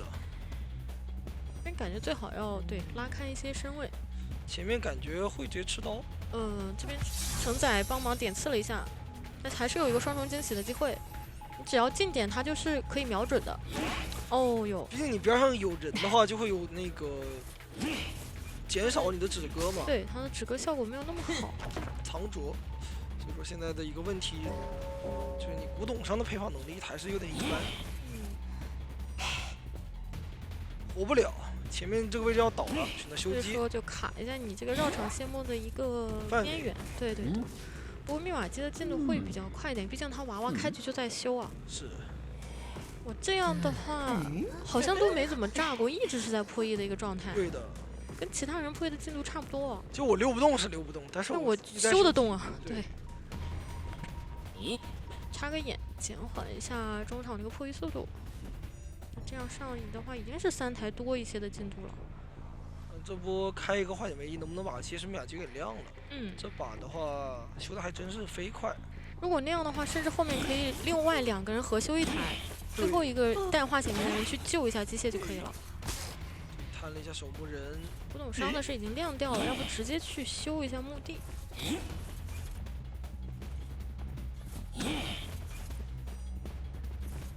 哦，卡到了那还个要修舞，台的边缘，是完了还的。要修。他的密码机肯定是可以亮，不过承载这边是想拖东张过来一下。拖一下。对，这里椅子的话也没有压力刷在这里。哦呦，哦，两棍打下来了，这还是要打3刀。对很赚的。那第5台密码机他们已经在起了。感觉密码机能拖够啊。对，主要这边古董商满状态啊，飞轮先突了你的一个双重竞技范围，想回来骗。再骗，但是大胆翻。对，主要你当时正好是个空中飞人的过程啊哎。呦，拿到1刀。嗯。不过揭示这个位置的话，你还要再慢慢挂。其实他只要拖火灾能亮就可以了。最后一台密码机是守门人在修，对，火灾亮了过来套个化险为夷。强行让你挂远一点，这样的话密码机差不多。但火灾确实有点亮不了，是在红毯的位置啊。他不过来的话，这个人救不了。不过好在有娃娃，换位嘛。对对对对。娃娃可以跟火灾去配合一下。娃娃这里的话，让你没有办法压出去，对然后我你只能在椅子跟前。让古董商去补那台密码机，火灾过来开圈。只要套上圈的话，其实差的不是古董的，而是守门人那台。对，但应该差不多了。对应该差不多了。只要这个圈一开，密码机是能压好的。而且揭示的话，他也带了回光返照。哇，弹过来救，没办法。哇，压了一个很极限的淘汰进度。而且揭示这边的话，只要找一个交互点，他是稳能吃到这个回光返照的，对的。而且他如果当时有一个翻窗的话，他会有个窗弹，是回光返照加弹射加速。对的，就看这边苏达怎么样去处理这个点。其实看到翻跳出来被捡起来了，不是密码机不够，差一丢丢，还是不够啊。98的密码机，我的天，还是慢了一点点。那陈宝荣的话就在脸上，另外一边古董商那边门也没有来得及点。切了一个传送，但因为你没有挽留的话，这开门战还是很危险的。对，地窖是在墓地古董商手里有道具的。先上到了一个焰火。看能不能先把古董商状态打残吧，这个还很关键的。一个踩板，那这样的话还能回到刚刚的一个窗户。那边的门的话是2个人已经稳走了，就看现在还有棍啊，对，感觉要走你不地窖太敢近身的，你近身的话他会给你打的，哎，我的天！2棍10秒止咳动不了了，走了，眼睁睁看着3跑，这个没办法了，漂亮。因为你就算给到他1刀伤害，你没有挽留嘛。是的，为自己的精彩操作还要加上昆虫的一个虫群，也不能阻挡说这个蜡直接抛过去。蜡像师他这个蜡是内伤啊，跟那个破轮的悲观是一样的，对，一样的一个伤害，所以说你这样很难去挡掉。也是防止他后期成长起来，不知道拿了什么道具就冲着你过来了。对，最多你就摸1个护腕或者摸1把枪，对，不能说你又有护腕又有枪又有球。但是直接冲着杨洋的幸运儿就去了。没问题嘛，因为这个阵容里面幸运儿肯定是最好追的。幸运儿的话是许愿了一个护腕，拉到了红毯，但是梦幻小明这边应该已经是远远看到了。昆虫的虫群已经调过来了。那从选点上来讲，应该不会来的特别快，因为它本体是在小木屋。是的，应该放在中场，然后让他自己去玩。哎，这护腕弹过来的话，距离上来讲还是没有特别的拉开吧，对，稍微有点近。至少比在红毯那个位置架住好啊，因为红毯那边实在是太……我感觉在这边的弹射交起来会比较费劲儿，就是中场的话弹射会舒服一点。这边会一会儿有队友的一个辅助啊，虫群在这儿，他往这边转应该是有沟通的。是的，直接往远拉，这样被定住也没有关系。对，是我这边虫群是可以推的。现在这个窗台还没有交嘛，但墓地这个地方是没有地方可以给你交的。哇，想秒啊！那感觉还是要先用蜡定住，不然要……有鸟。还好。哇，那这刀没打到的话还行。对。哇，这个太吓人了，有点。前面的话应该是有一个定住的机会啊，已经是80点蜡了，这个窗有提前封掉，板也是已经清了。还是先满蜡打1刀吧。对。中场的话，是不是虫子又要来了？应该是要来的。哦，是野人过来了。对。疯狂的陪跑，因为毕竟这把的话要打4跑嘛。是，还是要减缓第一个人倒地的时间。主要是你技能交了，他们的一个 OB 会更放心一些。想狗，哎，这个猪交的时候有点着急了。他有点预判，他要直接往前走。是的，但是野人的 OB 确实是这样子的，他的相对来讲没那么灵活。对，还是得靠昆虫的辅助。其实作用是起到了，但是昆虫的问题也就在于你这会意的会慢。对2波辅助之后完，你这个角色也没啥用了。对对对，自己的一个虫群消耗的比较多。不过杨洋这波的蜡已经是清掉了，其实这里看一下，想打野人，但这个身位其实是比较，他的出刀有点着急。对，哇，被野人叫飞轮的，而且猪续上了，哇，好秀！他现在已经找不到幸运儿了，那幸运儿就可以摸娃娃或者摸针了。这个节奏前期非常好啊。对，没有人上过野，你现在在相当于开局来追先知，只是他们现在没鸟，而且有点预判错他的位置了。追先知还可以补道具，慢慢的洗鸟。而且你把幸运儿放走了，这就是放虎归山啊。对。那我觉得怎么就在脸上啊，幸运儿其实。但他找不到。这等下摸个枪，摸个。他现在来追，就是抓一下他的猪在 CD 嘛，有可能会有一个上猪能上猪。对对对。这把的节奏可能会出问题啊。觉得还是刚刚不要去想野人的事情，就一直跟着幸运儿会好一点。对的。哎呦，这咋一板？这种局势就比较想念蜘蛛了，对，可以不停的囤丝，然后秒人。到时候不管脸上的是谁，野人的话也给你打下来了。对。我觉得对于梦幻小明来讲，就算有人在跑，也尽量把自己的2阶先给打出来。脸上这台密码机是能站住的，因为神坠是在这边破。只要2阶了，你就不好扛刀了。对对。所以说还是比较关键的。对的。但至少还要再打2刀。能不能先打一个手椅？哎，一个抽刀，而且压住了这台遗产。这样的话，开门战是稳定2阶的。而且手上这个技能，我只要不交的话，你也不好走。毕竟这一局只有一个化险为夷嘛。如果在开门战之前触发的话，包括说他刚刚看了野人交飞轮了，他应该知道他没有。感觉不太好，要不换个人救吧？对，让留一下。对对对，留一下。这把枪的话，应该也要省一省。封一下密码机，得看一下能不能封得到。对，趁你这个没有2阶的时候，先去保留一些道具。哎，解救能扛一刀吗？没扛到。是开。那这把枪的话，给点压力吧。杨他现在也不太好给了，感觉要不先留一下呢？给点压力可以。不开了。定住了就没办法了。对。等到开门战的时候再开，把队友保活。密码机是可以压好的，而且离门会非常近，只是说怎么样把这个上挂飞的昆虫保到门口或者地窖。最大的问题就是昆虫上挂飞了，不能交化险为夷了。哎，一把枪开出来，那可以考虑直接亮啊。还是求一波稳。等一下。神坠这里的话，那你拉不开了呀。刚才开的话有加速，直接拉开的。还不开吗？现在好像不太好找到一个开的时机了。就该刚才开箱的时候开的呀。对。现在的话就算黏住了，换挂幸运儿也没关系。哎呦。封一下技能。封技能还好，封技能。那就继续跟。这能保活吗？很难啊！开火辣了，不能控它，不能动它。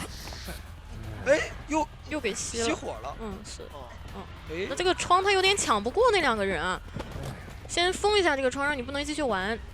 开了。但是虫群没有了。有手电筒，幸运儿这个时候要拿命换。对。照他，持续照射。让他有一个。给他打光。对，保他没有办法交技能，还是要蜡像很。幸运儿要替蜡像去那个替昆虫去倒，对，他又不能去门的话，这边神坠撑不住，必须要替他倒，然后让野人这边开搏命。哇，打都不打了，哇，可以。哎呦，没卡住，再扛，还是要打幸运。野人过来砸板，漂亮。昆虫先走，昆虫先走。那有移形，现在2个没有人能保他，还有一个先知的先知也来，只能扛啦。怎么说？没事，先知扛刀就扛刀了，昆虫不能倒。好，我们看一下昆虫身上已经100点了。哎呦！哦，打到了先知。快快快！怎么说？快快，妇女带着孩子先走。能不能能？那这边留不下了。可以。那这个人你不好挂了，因为他有化险为夷。对。你得挂到一个不过中场有地下室，上挂肥美的一个情况下，这把的说法就来了。西海这边再照射，但是地下室应该还是能挂上。有这个好客之道，直接给牵下来了，能对，挂上，到最里面。这里好像有化险为夷也不太能够过去了。我中间野人能走，但是先知不好走。对对对。哎，但是地窖在墓地啊。可以让他套了以后，野人走门。野人如果把这个人给叫下来，骑猪走，然后他冲地窖，就没得拦。再摸了一个娃娃，帮野人救人，防止野人救不下来。我的天，提速！距离4跑只差最后1步，只要套上这个化险为夷。但是幸运儿要不先贴到门里去吧，等会儿你别影响队友走地窖。这边想去打一个落地刀。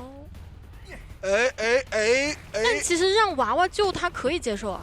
让娃娃救的话，娃娃负责帮忙挡蜡呀。娃娃救的话，让野人救的呀。先知走不掉的。你看野人已经下来了，你看野人冲过去了。你看怎么说？野人要超人了。你没有挽留，但是娃娃扛了，扛到了，得打野人，得打野人。打到了娃娃。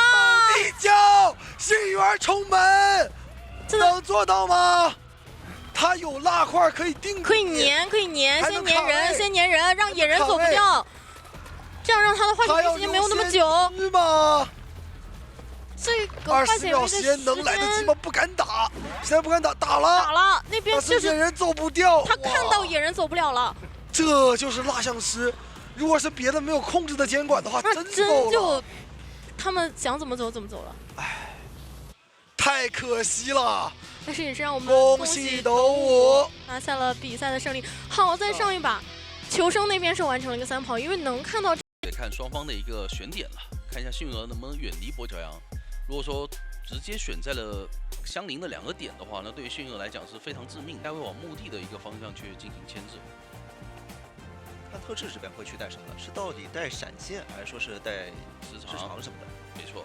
但是就在幸运儿脸上，其实可以允许自己带个闪现的。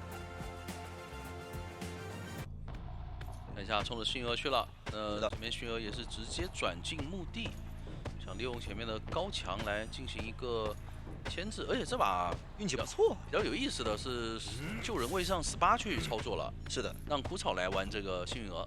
我有一说一，枯草运气不错，上来选了第1块怀表，他许愿成功了。对，但是怀表也有一定的风险，能被打出来，就看第2段表，宠爱应该会考虑躲一下吧。不躲了，没躲，是的。那第2段表继续摇到这个笼子，感觉也不太好交啊，还是得等这个海神怀表持续时间过了以后才能交。是的，那就等下一个围龙，看下一个围龙能不能把这些板口直接封住。是，墓地的这个地形其实还是比较难，不太好放，除非到最里面，最里面的话可以使用单向龙。没错，这里的1刀能直接拿。飞轮没有办法是吧？你要是说这就算放了，他也会吃了1刀。他主要是在这个围龙的中心点，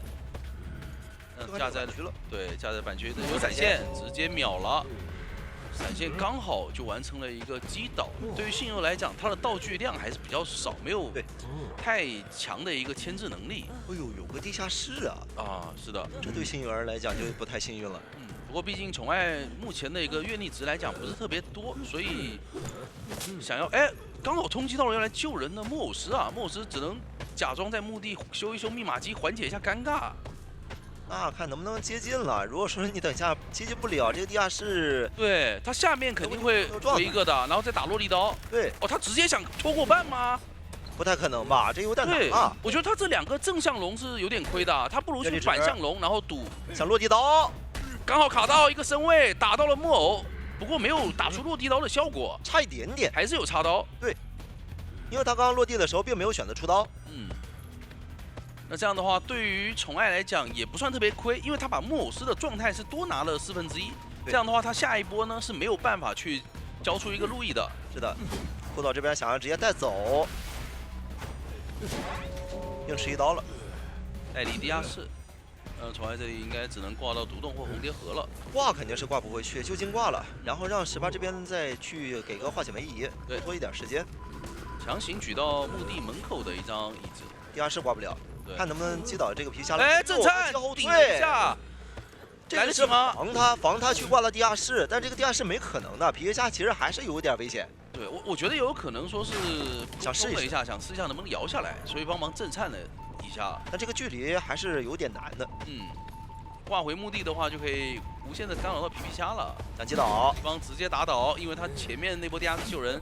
还是多付出了一刀，没错，宠爱他是知道的，只要我把你击倒了，你这边密码机肯定是不够，我多补2个围龙，其实我觉得还是能有机会去把这个节奏打到一个3抓的。是的，这里来个8字龙走位，胡少还是再次被打倒，没错，密码机刚好就是差墓地的那么一点点。对，所以这也就是为什么刚刚去针对这个皮虾，现在击倒了你这个密码机就差一半，守门人现在我也不会去摸，我先把这个密码机给你多修一点是一点。你如果不打皮虾会面临什么呢？面临这个满状态双铲的守墓人直接陪着幸运儿扛刀。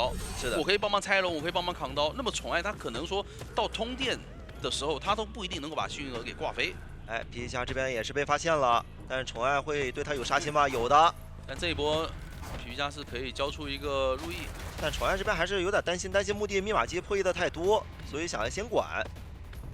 把木偶师这边的状态先逼飞了再说，因为你木偶师接下来你这样的一个状态，你是没有办法做任何的事情的。首先，你想要过来救人是不可能，你想要过来卡尔明你也做不到。是的，而且守墓人这里满状态的话，他其实也能带离这个地下室，就不要被留在地下室的话是可以接受的。确实，毕竟外面的心机已经在起了，这耳鸣卡的一个范围，宠爱刚好是围绕着这个耳鸣在绕圈。宠爱现在想击倒，他想把18快速找出来，只要我赶紧把你击倒了，哎，好像排到了。哦。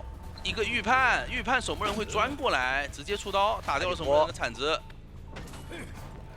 18这边需要撑到那边密码机多修一点，没错。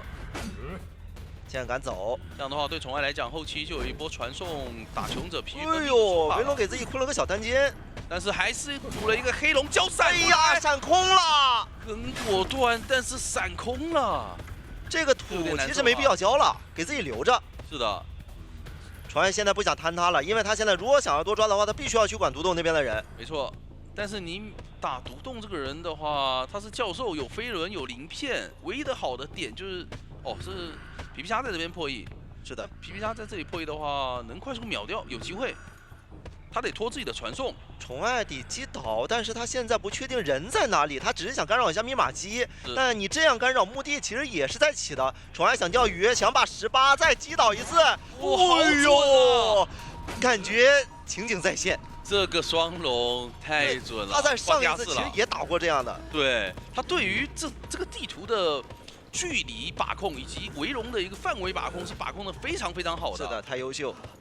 再挂外边的蚁，因为他看到这时候已经来了，你再想挂地下室，其实他也是能直接贴脸救的。没错，就没有那么赚了。现在给到一个鳞片，守门人也是没有交，想留到开门站再用来拖一拖。自己叫的位置就在墓地，传送还是拖不好，有30秒。是，先骗出一手鳞片，看一下马尾这边牵制如何，砸到头，哎呦，砸过去了。是，两边的门都在点，宠爱是不是要放弃？只能先管门啊。管门先抓18，只要他能击倒了18，到时候自己的传送可能有机会拖好，再去拦一下马尾。对，但是这里2个笼子在往地窖口钻，不过还有18是已经没有道具和技能了。18这边还有一个鳞片，看这个鳞片能不能再拖一点，没能放出来。没错，我感觉刚才在那个围龙边缘等着会不会更好一点呢？这样的话，他的鳞片再传送过来，好像能够拦到马尾，接了出去。马尾的位置是在红蝶河，马尾现在身上有个飞轮。这个飞轮你需要拖，能躲掉他攻击吗？没能躲掉，没能成功啊！这个飞轮如果成功的话，他可以拖出自己鳞片的一个 CD， 因为当时只差4秒钟。但是问题是18不能开门啊！你18要是开门的话，木偶师就必须得出来。但你木偶师现在就算是变了身，你扛不了这一刀啊！对。那现在看一下宠爱，发现18想要硬开，他直接但这位置放了个黑龙，给自己放失误了，有点难受。他是连放2个啊！对，连放2个废掉了，都没法钻过去。那也就给到一点机会，但也给18吓到了。是18是强行往甲门方向转。对于宠爱来说，马尾那个位置还能不能挂上，要画上一个问号了。所以他没法再回去管马尾了，只能尝试去拦一下守墓人。但这个耳鸣他能找到人在哪里吗？哎，车过电上车，他在车上，能但反应这个过来吗？伤害能没看到脚跑吗印的。好像看到了。这个围龙架住，但是把自己圈在外边在外面了。单肩，亡羊补牢，为时未晚，再哎，补一这边又个。钻过去，这一刀，哇，太恐怖了！18在围龙间穿梭，宠爱甚至都没看到人。但那边好像能把门点开了吧？还能贴到吗？再放他想把他吗？逼出去，但是因为他现在没有挽留了。对，但是你这个地方再放下来的话，你只能把它挂上了，因为已经没法再管那边的门对口，了。只能平局。是，那边没有时间去管，因为他现在要是再挂的话，他也担心，你担心这个木偶是再想出来做事，或者说在那里卡耳鸣，你把那边的人就算如果说是没摊到，那就变成一个这个阵容就是都是要靠自己了。所以期待一下吧，看一下这一把双方会打出怎么样的比分。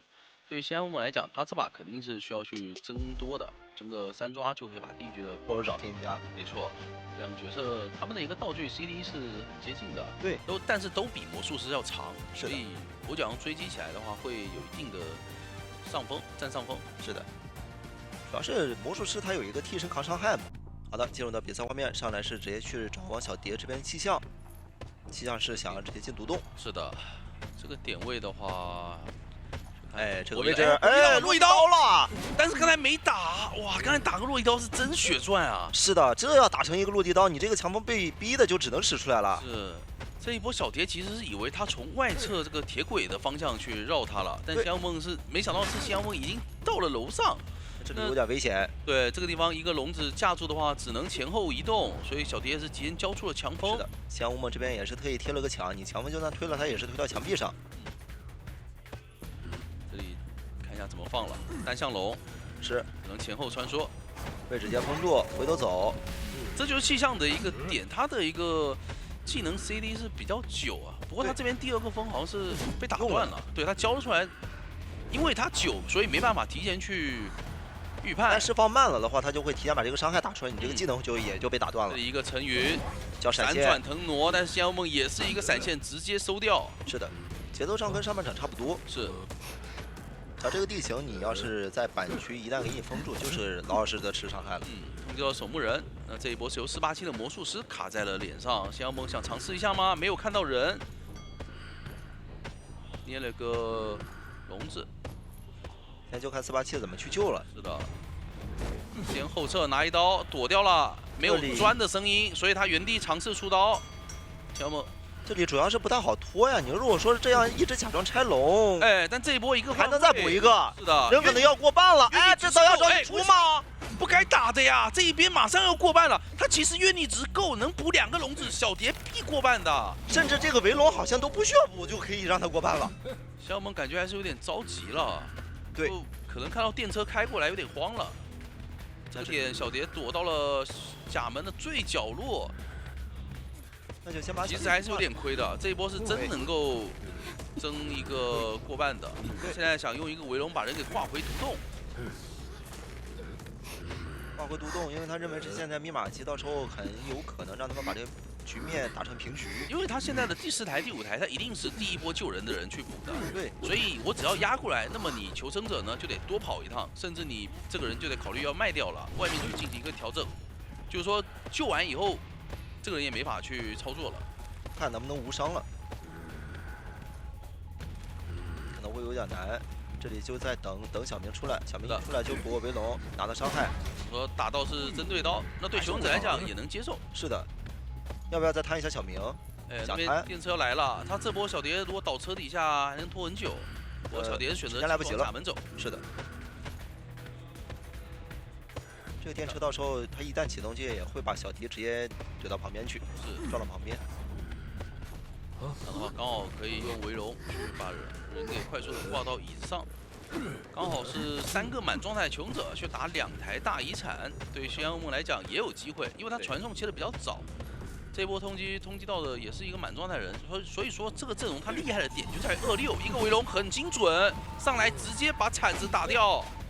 到了脸上，那这个位置还是需要再补一个围龙，而且预判到了，小明直接跳下来。那这个点位应该还是要持刀了，是的，不太好走，甚至要压住独洞这台密码机了这。铲子不能省，这铲子必须要被毙掉的。是以这个速度来说，他被击倒的话，那穷者是很有多抓面的。没错。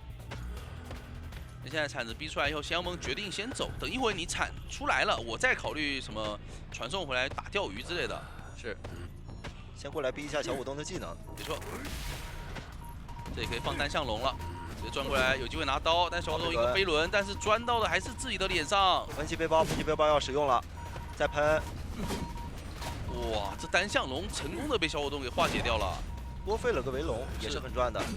那现在仙妖梦的愿力值有点续不上，选择直接传，但是小明这里他的一个铲子进度还是比较多的。对，那边的密码机是有机会能压的。嗯。 仙妖梦现在又想往回拖，他想把自己的传送再拖出来一次，但求生者我觉得不太会同意，这个密码机可能会强亮。你这里就算不强亮，独栋那台也能开啊。两个人一个地背包怎么说？打到的是魔术师，两个人要抢了。让魔术师直接开掉。愿力值并不太够，魔术棒没有蒙到。哎呦，没能打到，也是真的非常难受啊。这一刀如果直接打到487的话，就很有机会了。那边的门现在也在开，马上门就要开了。487现在有点难拦了。一个飞轮还在牵制，手上还有一个魔术棒。 应该是这个围龙没办法收下了，那仙妖梦现在就没有办法去着急他那边的门了，就不如老老实实的现在拿围龙去架住487。是的，一个反向龙，逼出来魔兽棒，哇，这里非常的稳啊，甚至一直在看着仙妖梦的一波出刀，但这个龙的持续时间实在太久了，也没有办法再继续进行牵制。 刚刚的密码机节奏主要是很多次都是被进行了一波无伤救，主要还是守墓人。我这3个呢，放到第3局你只能搬掉2个，我第3局我可以自己去选一张地图来打，对吧？那我第3局的 BPI 会更好做一点。天，气象在大船上其实路头是不太好追的，有一个陈云直接飞到船尾那个甲板的一个打法。 看他有没有带这个化险为夷了。如果说带化险为夷，那就是为了保气象在大船更有一些牵制空间。那你如果说是带了一个飞轮，好的，进入到比赛画面上来是先进行一波连勾，还是选择往大船去啊？因为毕竟大船比较近嘛。但是这个气象还是我们前面说的那个问题，有没有好的方式去追击它？哎呦，直接跳下去了。那一会儿还可以陈云上来，你要是下来我就直接上去。对，有点像玩具商的那个打法。对，那这要不补个夹子呢？补个夹在通道中间算了。 不补了，下去了。对，直接下去，先把人给逼上来，然后再2段钩子赶回去。因为前面窗户它其实是预设了一个夹子的，偏得更近一点。这样的话，在进去之后，你那个夹子其实我就也可以不走了。那这小蝶交掉了一个陈云，后面的操作只能靠强风来操作了。不然的话，如果你再交一个陈云，你的道具会消耗的非常快。看能不能交成功。如果反绕拉近了身，哎呦，跳下去了。位是的。 那这样陈云还可以这样用，本来已经走到脸上了，那可以用云，陈云去船尾甲板，直接去，再拉走。仙妖梦，我感觉刚才是可以考虑直接交移形的，不过他还是选择跳下来跟了。是，现在就看这个飞轮了，飞轮能不能进板？飞轮，哎呦，进板了，成功规避掉了这一波的钩子。那下一个风能不能捏得出来？强风能捏。哦呦，其实我觉得这里应该捏那个云的，捏成云的话，它可以直接进船尾那个门了。等等，刚刚是小果冻过来了吗？小果冻作为入殓师好像过来看了一眼。哦，那也是提前为中后期做一下准备了。是的，等下就可以直接画了。现在在大门这个点位，可以到边上的一板一窗继续去进行一个牵制，一个移形架住板区不让进。对，不好跑，接近3台左右成功的一波打倒。 小明现在先过来，让小明先救一手，救一手之后，到时候再画个灵柩直接反。因为小果冻现在需要把密码机亮好，亮掉之后看灵柩放在哪里吧，放小屋好像会更合适。因为移形已经被逼掉了嘛。对，我这一波下来我就往那个海边的最里面去倒，对吧？这样的话是拉一个对角线的，所以导致仙妖梦这波手椅看能不能守到一点节奏，甚至来了2个人，他也是在勾出来了，在失乐园的一个状态下把小明给勾了出来。 也还行，反正大副只要能救下来就行。现在画灵柩好像是要放到大船，哦呦，好干！这里小明艺高人胆大呀，如果被打个双倒的话是亏节奏的。还想帮忙扛，想要去打一个4人开门战，多拖一些时间。没错，那这一波只能被迫换挂了。仙雾梦不敢管了，因为气象那边已经跑到双11了，对，你再挂他的话，他反身回大船，你的移形是好不了的。是。那我这一波不如先换挂，逼求生者过来救人。487已经来了，贴脸。小蝶现在这个位置不太好啊，骑着敌跑。是，最好是往木屋的方向去跑。对，你要再在脸上贴脸修破译密码机，那我就可以直接抓你了。是，但其实西安乌梦没有通缉到气象啊，也没有开到2阶的有一个无限钩，所以他还是没有能力去处理小蝶的。先放走的，他只能先手椅了，密码机为主。是，只能先手椅了。这钩子看一下能够到吗？飞轮直接顶掉，先拿一刀开个2阶。是，但人肯定是拦不下来的，只能救了。是，大会还有个表，这个怀表其实可以交。这一波直接把时间给拖起来，只能换抓一下487。是。那西安乌梦这里只能再次被迫换挂，一个土头回头一个上，躲，但是不太好躲。空震慑，这震慑没办法呀，没办法，他只能对他只能被震慑，但是节奏对穷子来讲还是可以接受的，因为西安乌梦他是被迫进入了一个游龙的状态，是的，一直在换挂。他刚刚如果说是回头给一个焰火球，可能会更好。对，只有焰火球才能让自己多牵制一点时间。而且西安乌梦如果来不及反应出刀的话，他是有身位可以到窗边的。再找小明这边被到大副，先击倒，没道具了。是，过来救的是小舞动，小舞动现在过来想要救，但密码机不太够啊。那一会儿可能得2个人一起救，然后帮大副扛了。这样的话，让气象去补剩下的最后一台密码机。也不能新起了，只能说破译双11的，因为大副这边已经是个2挂。不对，双11就是最后一台啊。对，那双11这边就是一半的。对，那有点难保住了这个大副。而且现在还有一个问题，就是你这个气象已经是个2挂了，到时候再被击倒灵柩出来之后，你就是最后1挂。妲己也是2挂呀，你这边如果不救大副的话，他直接一个移形过去。还是卡了一下，对，看了一下陆炼师的位置，这里逼出来的话，其实人已经是救不了了，所以他可以直接移形妲己。怎么说？他想勾过去也没问题，省一下，也不勾吗？想找一找，他是通缉的呀，找啥呀？他可以考虑直接无限勾过去，或者移形过去啊。像乌梦现在其实就可以直接进行追击了，哪怕有人过来偷双11吧，或者是的。但外面2个人进行调整的话，那他只能去管脸上的这个陆炼了，直接快速把陆炼师给秒了，对，跟时间赛跑了现在。然后移形留着后面来打一个来回换追，这里来到了小果冻脸上一个钩子，能不能勾到？因为钩子的一个限制啊，所以小果冻也是不敢去进行交互。是的，想多给点伤害。没错，然后卡住进木屋板区的一个方向，可以提前过去布个夹子。那到时候还能多一点 CD。是的，进不去了。然后等下一个钩子还有3秒钟，这个窗还是能翻，但是能翻也只能翻一小段。第2钩能赶上。来到一个圆形障碍物开始绕圈。是，只要不给钩，能够多吃1刀，反正你这个还是勾到了。是，给自己放了个灵柩。这样的话，如果说气象一会儿救人被拦了，那么他可以原地反生，他可以原地反生气象，对他可以原地反生这个气象，让气象直接出来以后救。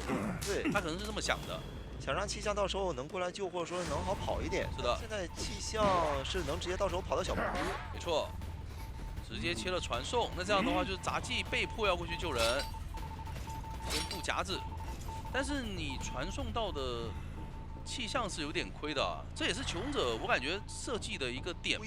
对，因为他们是让杂技去救人，让气象来破译这台密码机，哪怕西洋梦传送过来呢，那么气象它最终回到小木屋，你压不了遗产，你手上还是没有节奏。不管是双11还是传下，你其实都没有办法管住。没错，这里勾倒，而且还交掉了移形。那看一下西洋梦这一波，尽量是往灵柩的方向去举吧。挂上之后再反。无限钩也好了，如果能够在密码机通电之前先把气象给处理掉的话，还是等它反好之后，2个人进行一波互补状态。但小恶魔现在已经赶过去了，船尾必须要也给上压力才行。487赶紧去放了夹子，但是487有飞轮，所以直接冲掉了夹子。已经在帮一忙破译了。陆炼师是2挂，气象是挂飞，就想回头去管船尾。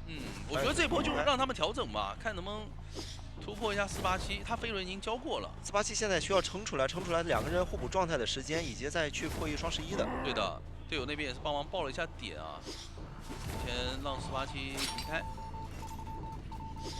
上一个夹子。这个点位487也是提前交球，不管了，2个人是直接强求了。对，因为你没有移形啊，这一波就是已经交过传送了。对，是的，但是还有2秒，这个传送可能要用了。马上好了，怎么说要传吗？密码机已经80多了，没有考虑传。那就是开门战可传。嗯，如果传过去的话，你直接抓他这个密码机，当时还压不好，但是先锋好像不太敢，是的，他怕密码机直接能够。他怕卡了一个刚刚好嘛。是。哎悟空呦，平地躲掉了一勾。是。对降妖梦来说也不着急，再慢慢拖一会儿。看下穷者应该是要等一个贴门，然后强开密码机了。等一手贴门。再等。哎，再次躲掉。降妖梦反正也不急，我知道你这边也是在贴门，我就想要看怎么快速击倒。我觉得关键是在于入殓师的这个灵柩啊，他第2个灵柩应该考虑去给谁上，因为如果说你给杂技上的话，那么降妖梦他一定会立刻传送。太好击倒啊！这手上有2个焰火球，只能传送。他现在看一下能不能给气象再上一个，哦不对，气象已经挂飞了，那也没有太好的办法了。是的。穷者小门被管，大门刚贴上，传送也交过了。是的，所以就算挂飞气象，穷者应该也是保一个平局了。没错。这里挂上先淘汰了小蝶，大门也是拦不住，现在还剩一个几秒，其实门就开了。是。就是说司马懿这个杂技在这一波是完全扛住了压力。降妖梦去找他的节奏，一直找到开门战强行通电完。甚至都没有拿到他的伤害。后边是的，而且他这把也不太需要带风窗啊，感觉是，因为他只要保证自己不去小木屋那边追杂技就行了，往外面去追外面的求生者，那么他就用不上那个风窗，后期的一个控场能力也会更强一点。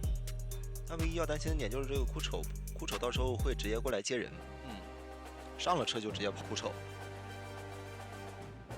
科具是放在海边，想赌一下大船的这个人。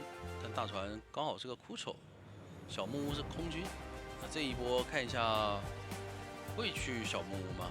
我觉得你找哭丑，条条的去找木屋，上来是想要直接去往大船找哭丑。是的，那看一下哭丑的一个拉点，应该会到窗口那边稍微等一下，看一下宠爱来的一个走向。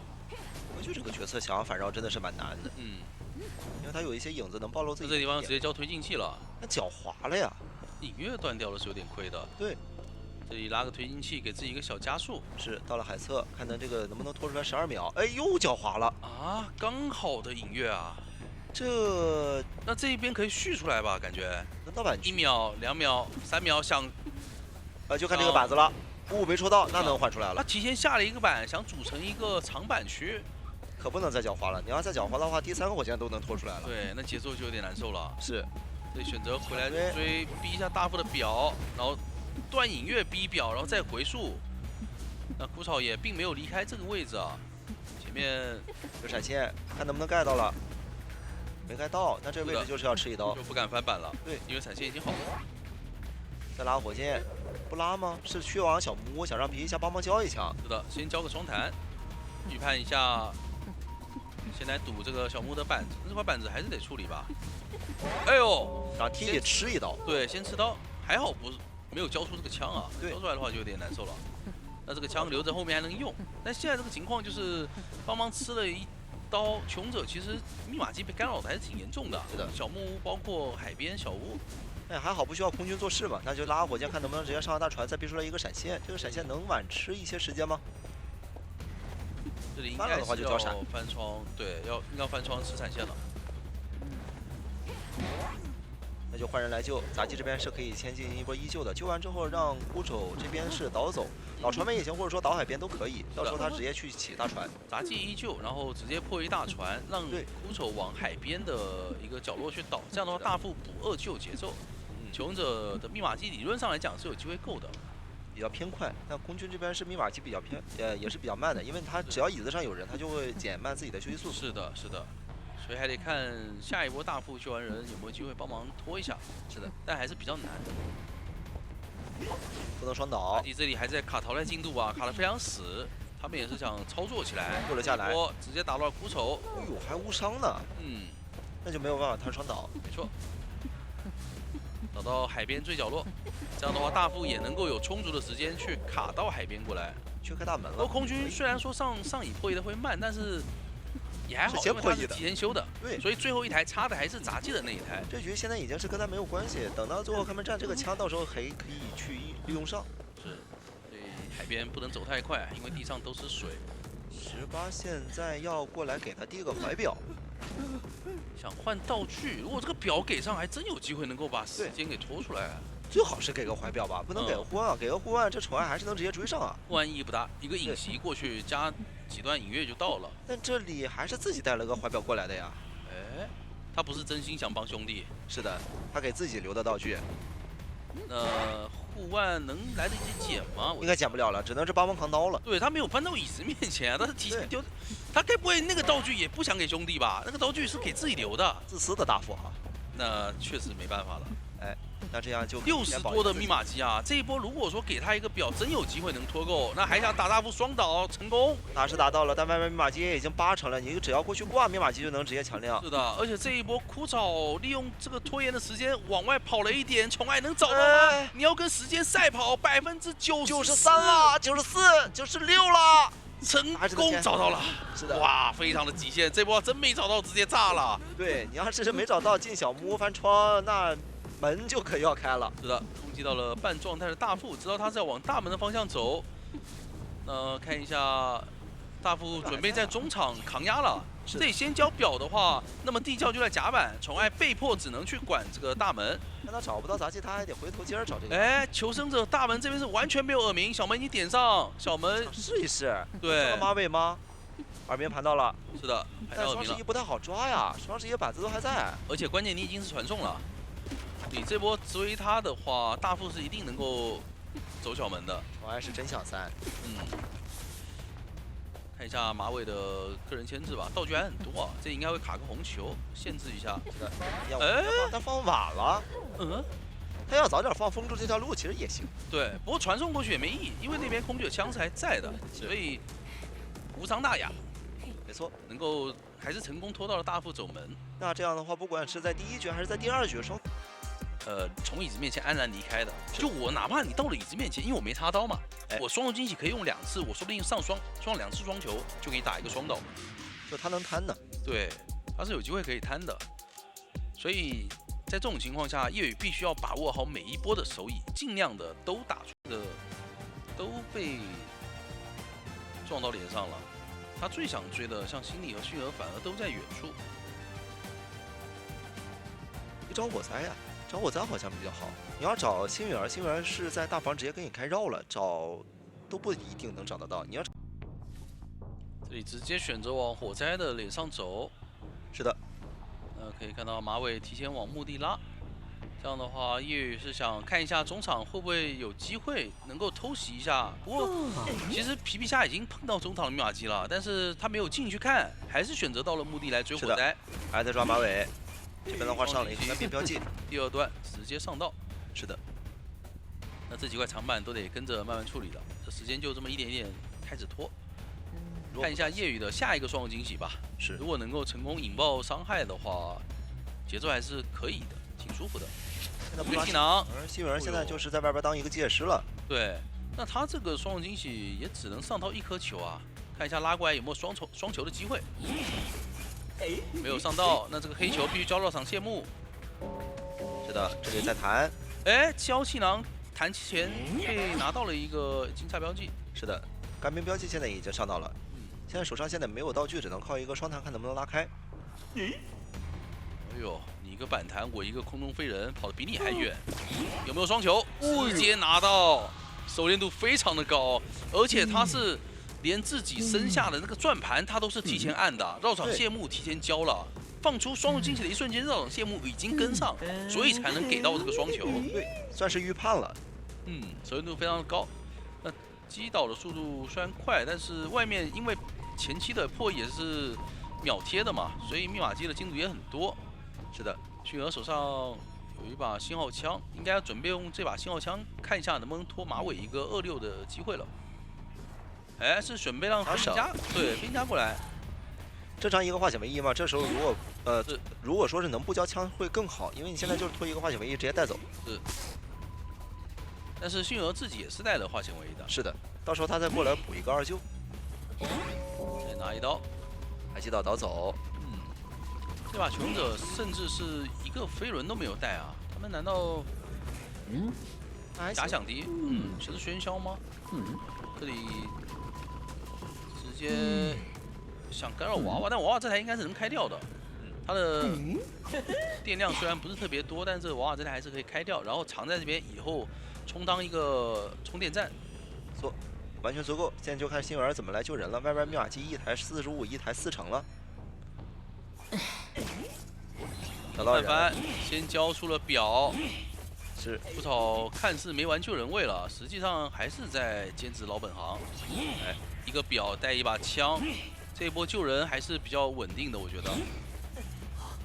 掏下来打到星儿身上，看一下。其实现在还可以等一下再交。因为他们现在其实还不确定叶雨带的是兴奋还是移形之类的。没错。所以如果说想等，最后的时间直接打到。等密码机压的差不多的时候，你要是敢，那这里星儿有可能会倒地的，那就让他倒到大房里了。是的，不贪了，底先挂。那感觉这把枪交的一个时机，它也不是最佳时机啊。就如果说你想交的话，那你可以早点交；你要不想交的话，你可以留到开门站通电的，在门口交。他选择一个卡在中间的这么一个时机，一下点位不太好跑，这也是带了挽留的。这里应该是能够找到机会留下这个心理了。是小门这边拦不住啊，直接拿到刀。是的，心理这边也是被挂上，小门这边就算是自己用了移形，也根本赶不上，所以也阻拦不了了，还是一个平局。对的，再次保平。这把枪其实如果说是这样交，那还不如留到最后呢，看好偏争嘛。但是你现在也要牺牲个使徒，我先以保平为主，然后后边呢，我把这个角色留到一个在加赛的一个时间段。没错，使徒拿出来，密码机其实会有点快的。因为他还是比较怕前期的一个拉点的。我前面想说，但是看到他点出来也没办法了，就稍微顿住了。而且你拿出使徒这个点。星儿他如果翻一个机械傀儡的话，你在外面你也控抓到一半，看会不会换抓吧。因为在这张地图里，其实他可以直接带双弹了。是。好的，来了，画面。第一只猫应该是先往中场赶了，用来赶路。看一下这个圈拉的还是比较远的，这板子必须要踩。对，红教堂这个地图想来一波灵性反绕，还绕到了不少，拉近了跟小果冻的身位啊。是的。小蝶这边密码机其实他也有点难受了，他应该是能看到，这个脚印的，但是这个猫没有吃到，但是也可以用来位移。哎，沉默到了，沉默到了。我幸运儿这边身上是有一封遗书信，是，但是拉开点的，对，但是也不好拿到。小木屋这个位置50半颗球，哦哟，那这里等你跳的时候，一个波沉默跳，也还是一样拿不到刀，还是拉不进身位。对，因为这边沉默解开，他可以直接拉球走的，但小果冻艺高人胆大，选择在直接拉球了。是的，直接拉球。那这里可能要交移形了，看一下怎么说。看要交吗？哎，咬到了487，踩到了。对，那这一只猫有没有效果？能拿到？还是进到另外一块短板，但是能进板，想回头骗，博弈了一下，看能不能砸到了。小果冻这个短板博弈的非常好。空军想过来帮忙交枪，现在降无梦不敢靠近他。没错。板可以下，再来一击拿刀。踩完板，迅儿是没有飞轮的，所以打墙上没关系，还能补。是的，多拖一会儿。那这一波路过空军的话，你要交移形，你一定吃枪，所以你得等路过完空军才能够交这个移形。是的，等空军的枪交完。帮扛猫的，没错。直接进入一个陪跑节奏，小果冻这第一波牵制已经牵制飞，邮差也来了。这飞来横祸，飞来一只狗，都来凑热闹了，说是。是。那你敢移形吗？我们一开始说的只有一个，会不会说少了？是。还是交移形了，能来得及。要翻。哎呦，回头打到了空军，那这一波可以交枪了。这一波你移形用完了，我再交枪，幸运他可以拉一个最大程度的点。要不就考虑换抓，但你要换抓了，感觉得换抓了。你必须钻这个门回去换抓，不然这个幸运更远了。对，抓不了。那现在等于2分10秒，这只猫还是有机会指引到的。看一下怎么说。487是有飞轮的，前面能进板吗？没有赶回身下板，因为范围实在有点大。那这只猫又成功规避，还可以再飞轮进入小门双板。续刀直接交，吃到下一只猫，现在密码机已经是3台多了。没错，而且迅鹅放出去以后，他的一个后期能力是非常非常恐怖的。对，而且幸而是在补的是空军的密码机。没错。人倒在了小门，佣兵可以考虑过来救一波。佣兵这边想搬运，对，他应该是给自己摸的。这个针应该是留着自己下一波扎完，然后再救一手。是的，这样哪怕是震慑了，他也能救得下来。然后看一下倒哪吧，我觉得倒墓地挺好的。倒墓地的话，让穷者可以贴小门。对的。这只猫并没有探到小明的一个位置。大房密码机是给邮差留的，到时候邮差把自己的密码机亮了，再把大房补亮，可以跟佣兵一起过来保一下。是。这个护腕弹过来，想 A 晕 A， 但是第2下是比较短的。现在补一下双倒啊！可以救，可以弹，让佣兵到了吗？让佣兵扛啊，不，让空军扛。是的，空军扛，然后小明也是极限的交出了一个护腕，但是2个人在同一个方向啊。没关系，这个护腕也得交，想帮忙堵。是的，小明不能倒，要不要尝试一下？不躺了，不尝试了。你要是说是再去尝试这个佣兵的话，你空军可能再想去挂，可能又浪费个自己10几秒、20秒。对，因为邮差那边密码机他马上就能补亮，补亮了我可以冲到29了。是的，他可以过来扛刀的。那现在小明没有办法去捡那根针来扎了，所以最后就是半状态去救人。没错，因为现在密码机也差不多够了。等一下就看这个邮差要不要一起来。你如果说一起来，能省掉佣兵一个护腕。来了，这样的话应该是可以成功拖进一个4人开门战的。往外拉得很远，在偏，因为邮差应该是已经过来了。没错，那佣兵这里倒地的话，直接传送93的一个进度。星河这里地窖门口手上没有道具，有可能被压一铲的。但是外面的穷者反应必须快，这一波得考虑在小门那个方向立刻开台心机。但现在密码机93有点太多了。是的，那边选择去摸一下空军的进度，这脸上也没有狂欢之椅，只能往外挂。因为空军是挂飞。然后状态直接要打，因为他们知道这个穷者这里是监管者，这里没有压住大推的密码机，所以他们准备打了，不修心的了。是的，有可能说在幸儿倒地的一瞬间，他们就决定了要打这台大遗产。想补道具，你现在传送也已经用了，那我这边我就可以直接把这个密码机强行点亮，我开大门。是的，487现在想要过去偷，只要把这个密码机亮了之后，我就直接开大门。你敢不敢逃开？你如果说是逃开，那我这边佣兵就可以直接救。现在求生者肯定是想着越早救越好，是的，这样的话你传送拖不出来。这个人其实我都可以不救的。哦，救了这边呢，我密码机也是能直接强开。你要是管487小门这边，我就直接可以点门完成3跑。是的，青木现在有点难拦了，他现在在犹豫了，骑虎难下了，又想回头管。 2个门都想管，但2个门都管不了。地窖就在大推，你再管小门，这把要4跑了。是的，小门这边是肯定能点开的，追不上。